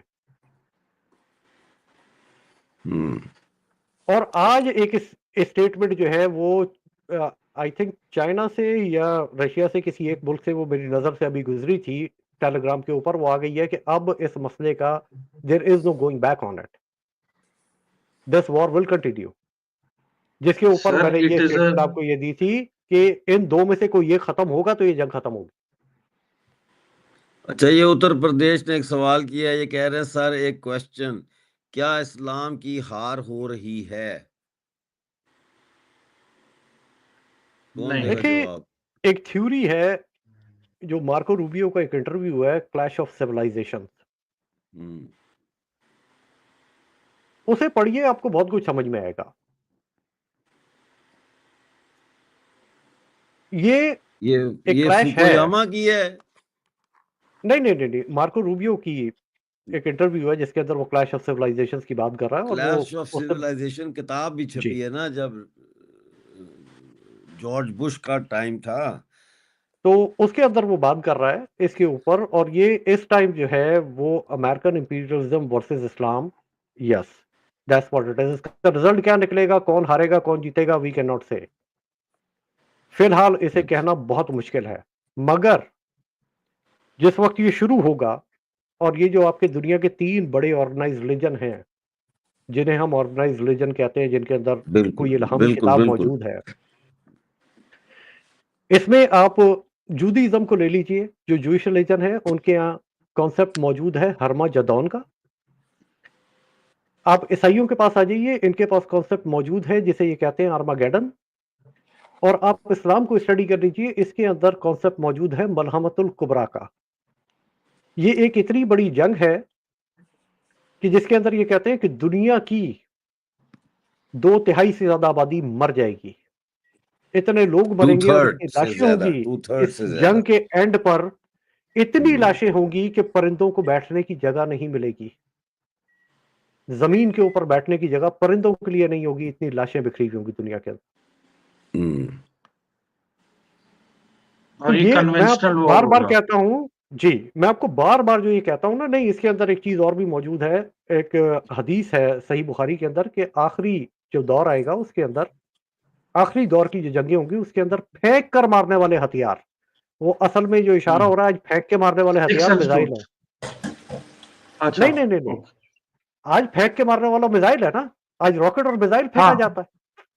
हाँ, यही है। हाँ, इसके बाद कुछ नहीं होगा, इसके बाद कुछ नहीं होगा, इसके बाद कुछ नहीं बचेगा। तो मतलब ये एक जंग बहुत बड़ी इन तीनों रिलीजन्स के अंदर मौजूद है, इनके कॉन्सेप्ट के अंदर, कि इसने होना है, अफ्रीका बच जाएगा। अब तीनों ये कहते हैं, अफ्रीका में क्या मुसलमान नहीं रहते?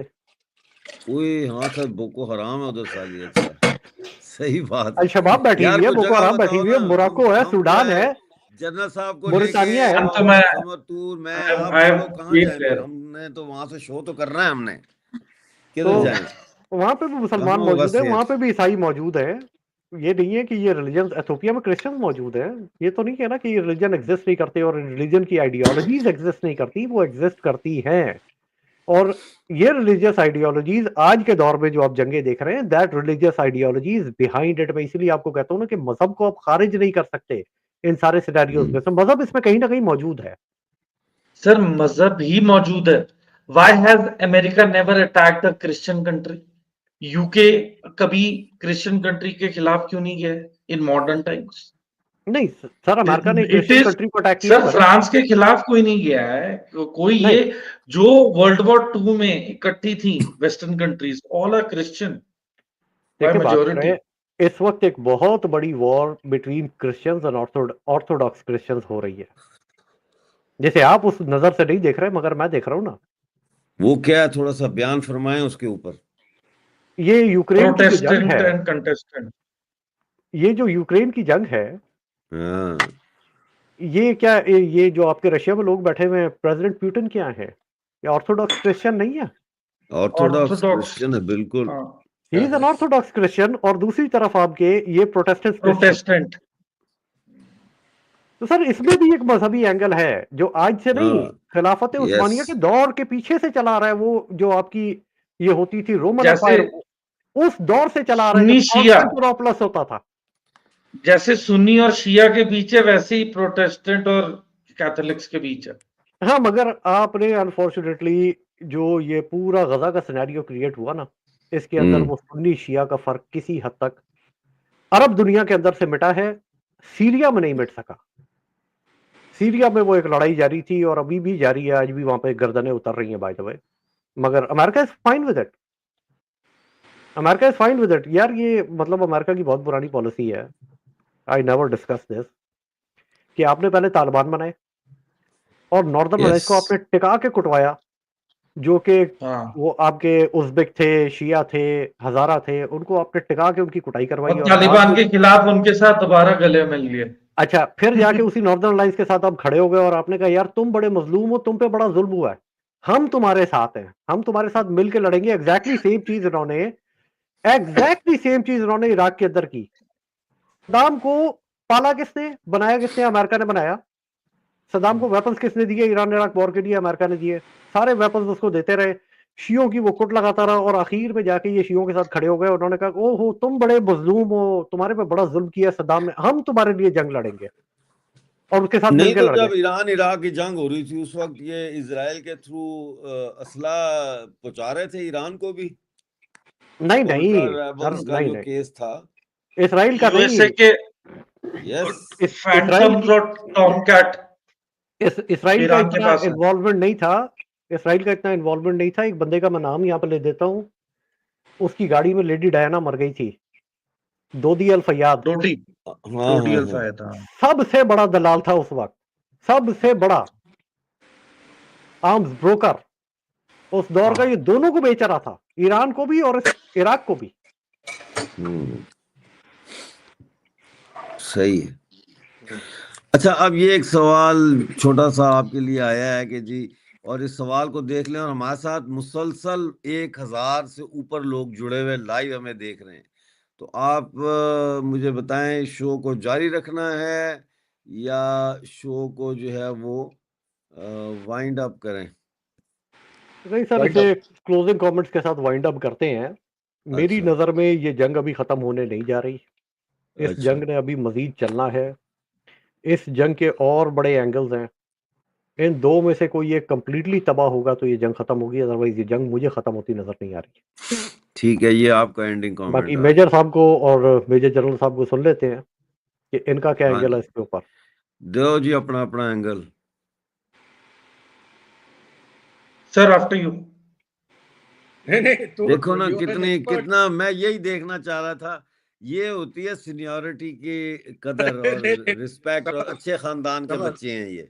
you are an क्या expert. मैं बात है, तो I am a freelancer. आई चलो एम हाँ सो आप बोलो. Proud Let's of need to Samar listen to, to you. You speak lot of ही sense. Such a gentleman. जी सर जनरल साहब। नहीं समर तुर you speak यार. Sir You are an expert भैया. You are accomplished. नहीं नहीं sir, it is under your aegis and guidance sir. आप एक बार बताओ so that I might also get something out of it okay. And then put मेरा ये कहना है, अभी हम 21st सेंचुरी में ये बातचीत कर रहे हैं, और 21st सेंचुरी में रशिया यूक्रेन की लड़ाई जब शुरू हुई तो I think I was one of the very few who kept on saying, and I was shot down in almost all the channels.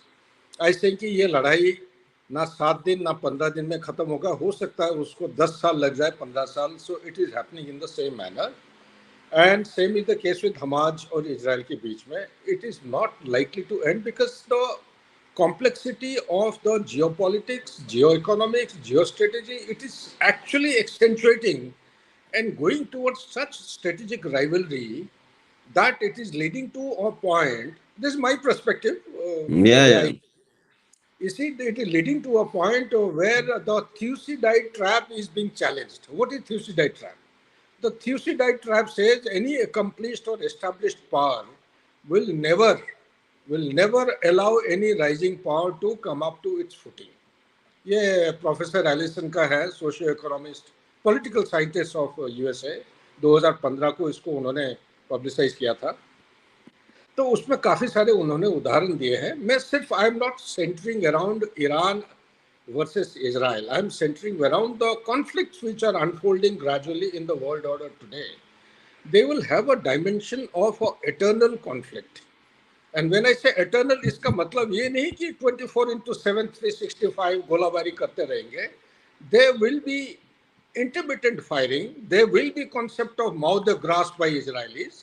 There will be pauses, and there will be triggers being given by multiple stakeholders to each other, so that the national interest and the self-esteem of a nation is redeemed.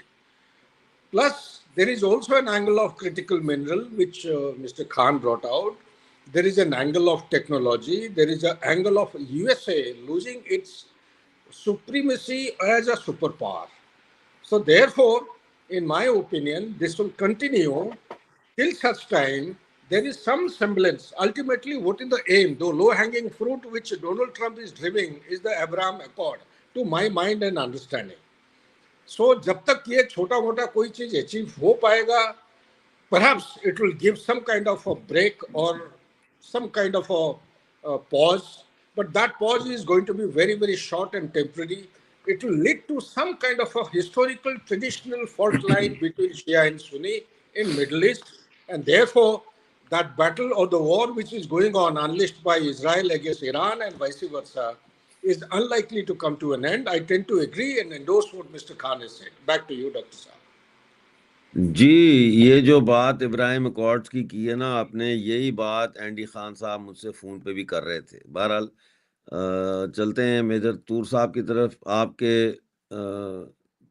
Closing comments. उसके बाद वैसे मैं chance दूंगा Andy Khan को, क्योंकि वो मुस्कुरा रहे हैं, जो उसका मतलब ये होता है कि उनके मुंह में कोई बात है जो निकलनी है। तो चलें पहले समर तूर साहब जी। Sir, this war will be a war like Iraq Part 2. It is Iraq 2.0.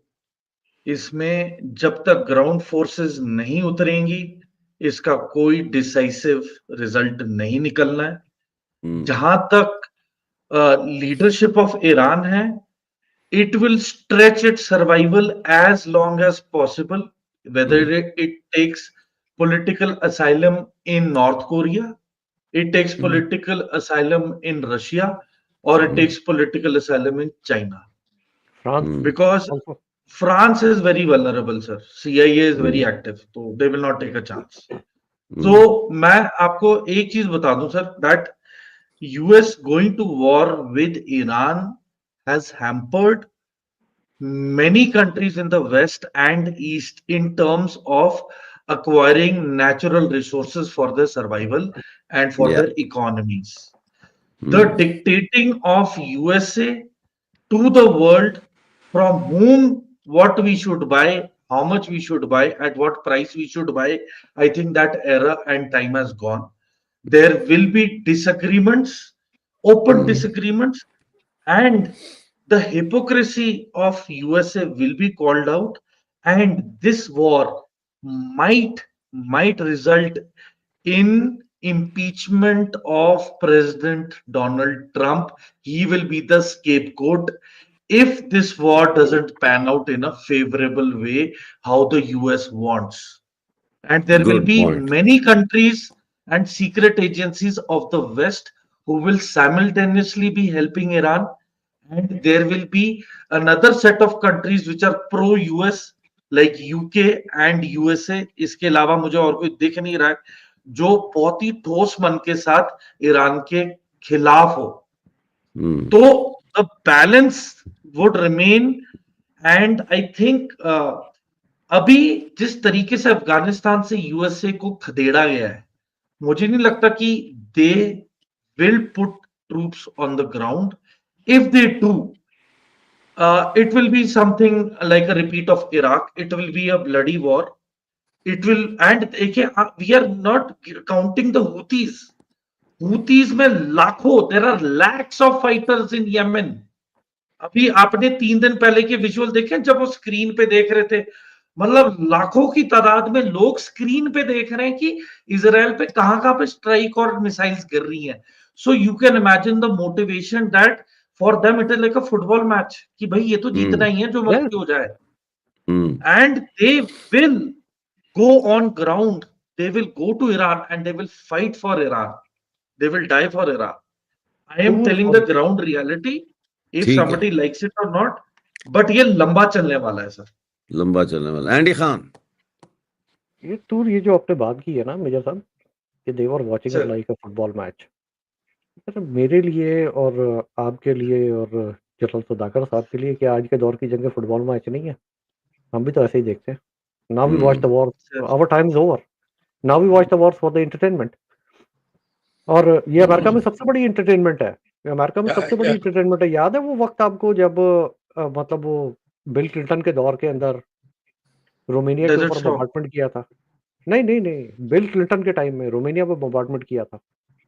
ये सर्बिया की और इसकी वॉर, सर्बिया की और सर्बिया, कोसोवो जी.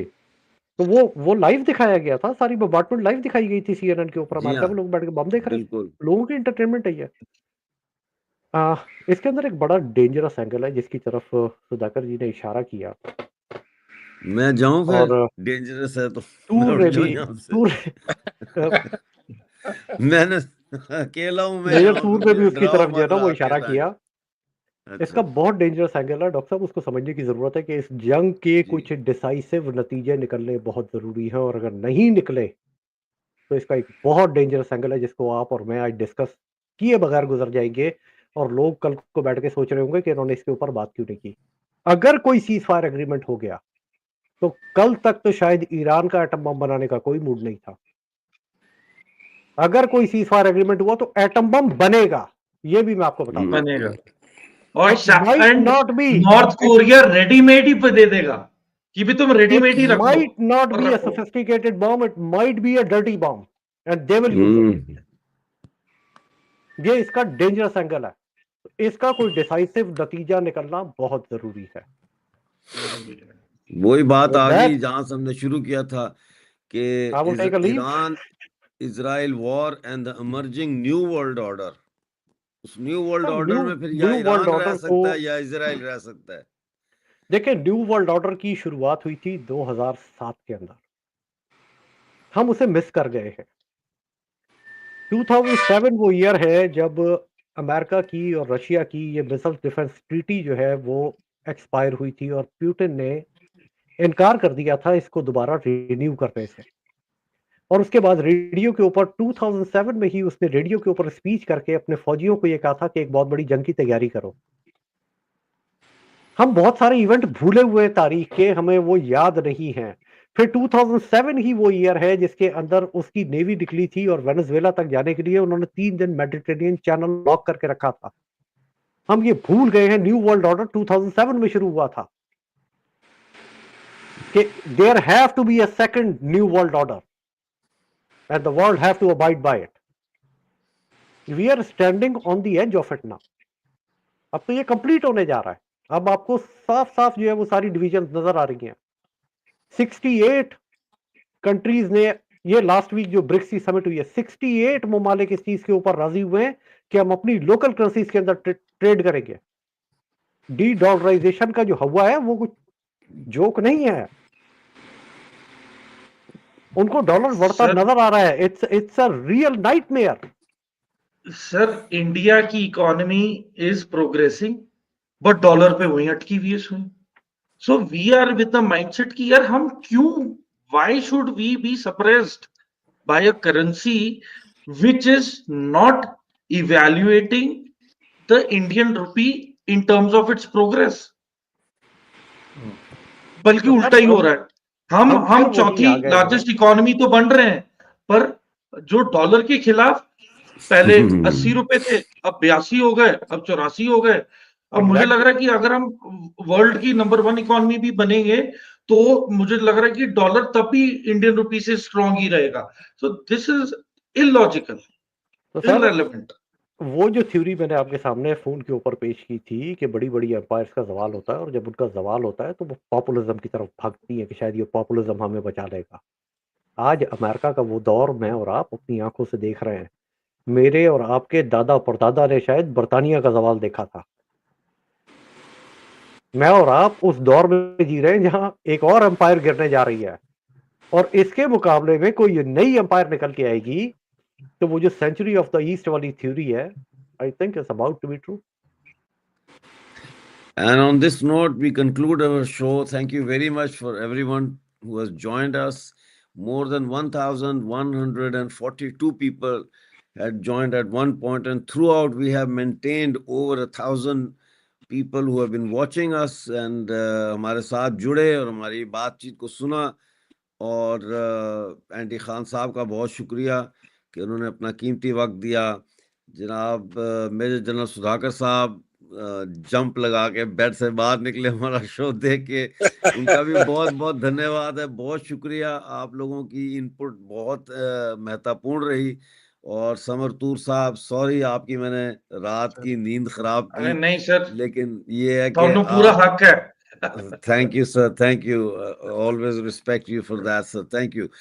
दर्शकों, ये था हमारा आज का लेट नाइट लाइव शो। उम्मीद है आपको पसंद आया होगा। प्लीज वीडियो को शेयर करें, लाइक करें, चैनल को सब्सक्राइब करें, और कोशिश करें तो इसको ज्वाइन भी करें। मिलते हैं कल फिर हम 8 बजे इंडियन टाइम एक नए मौजू के साथ, या हो सकता है इसी मौजू का एक्सटेंशन हो, यू नेवर नो हालात क्या होंगे। लेकिन कल इंडियन टाइम रात 8 बजे फिर आपकी खिदमत में हाजिर हूँगा। उस वक्त तक के लिए मुझे इजाजत दीजिए।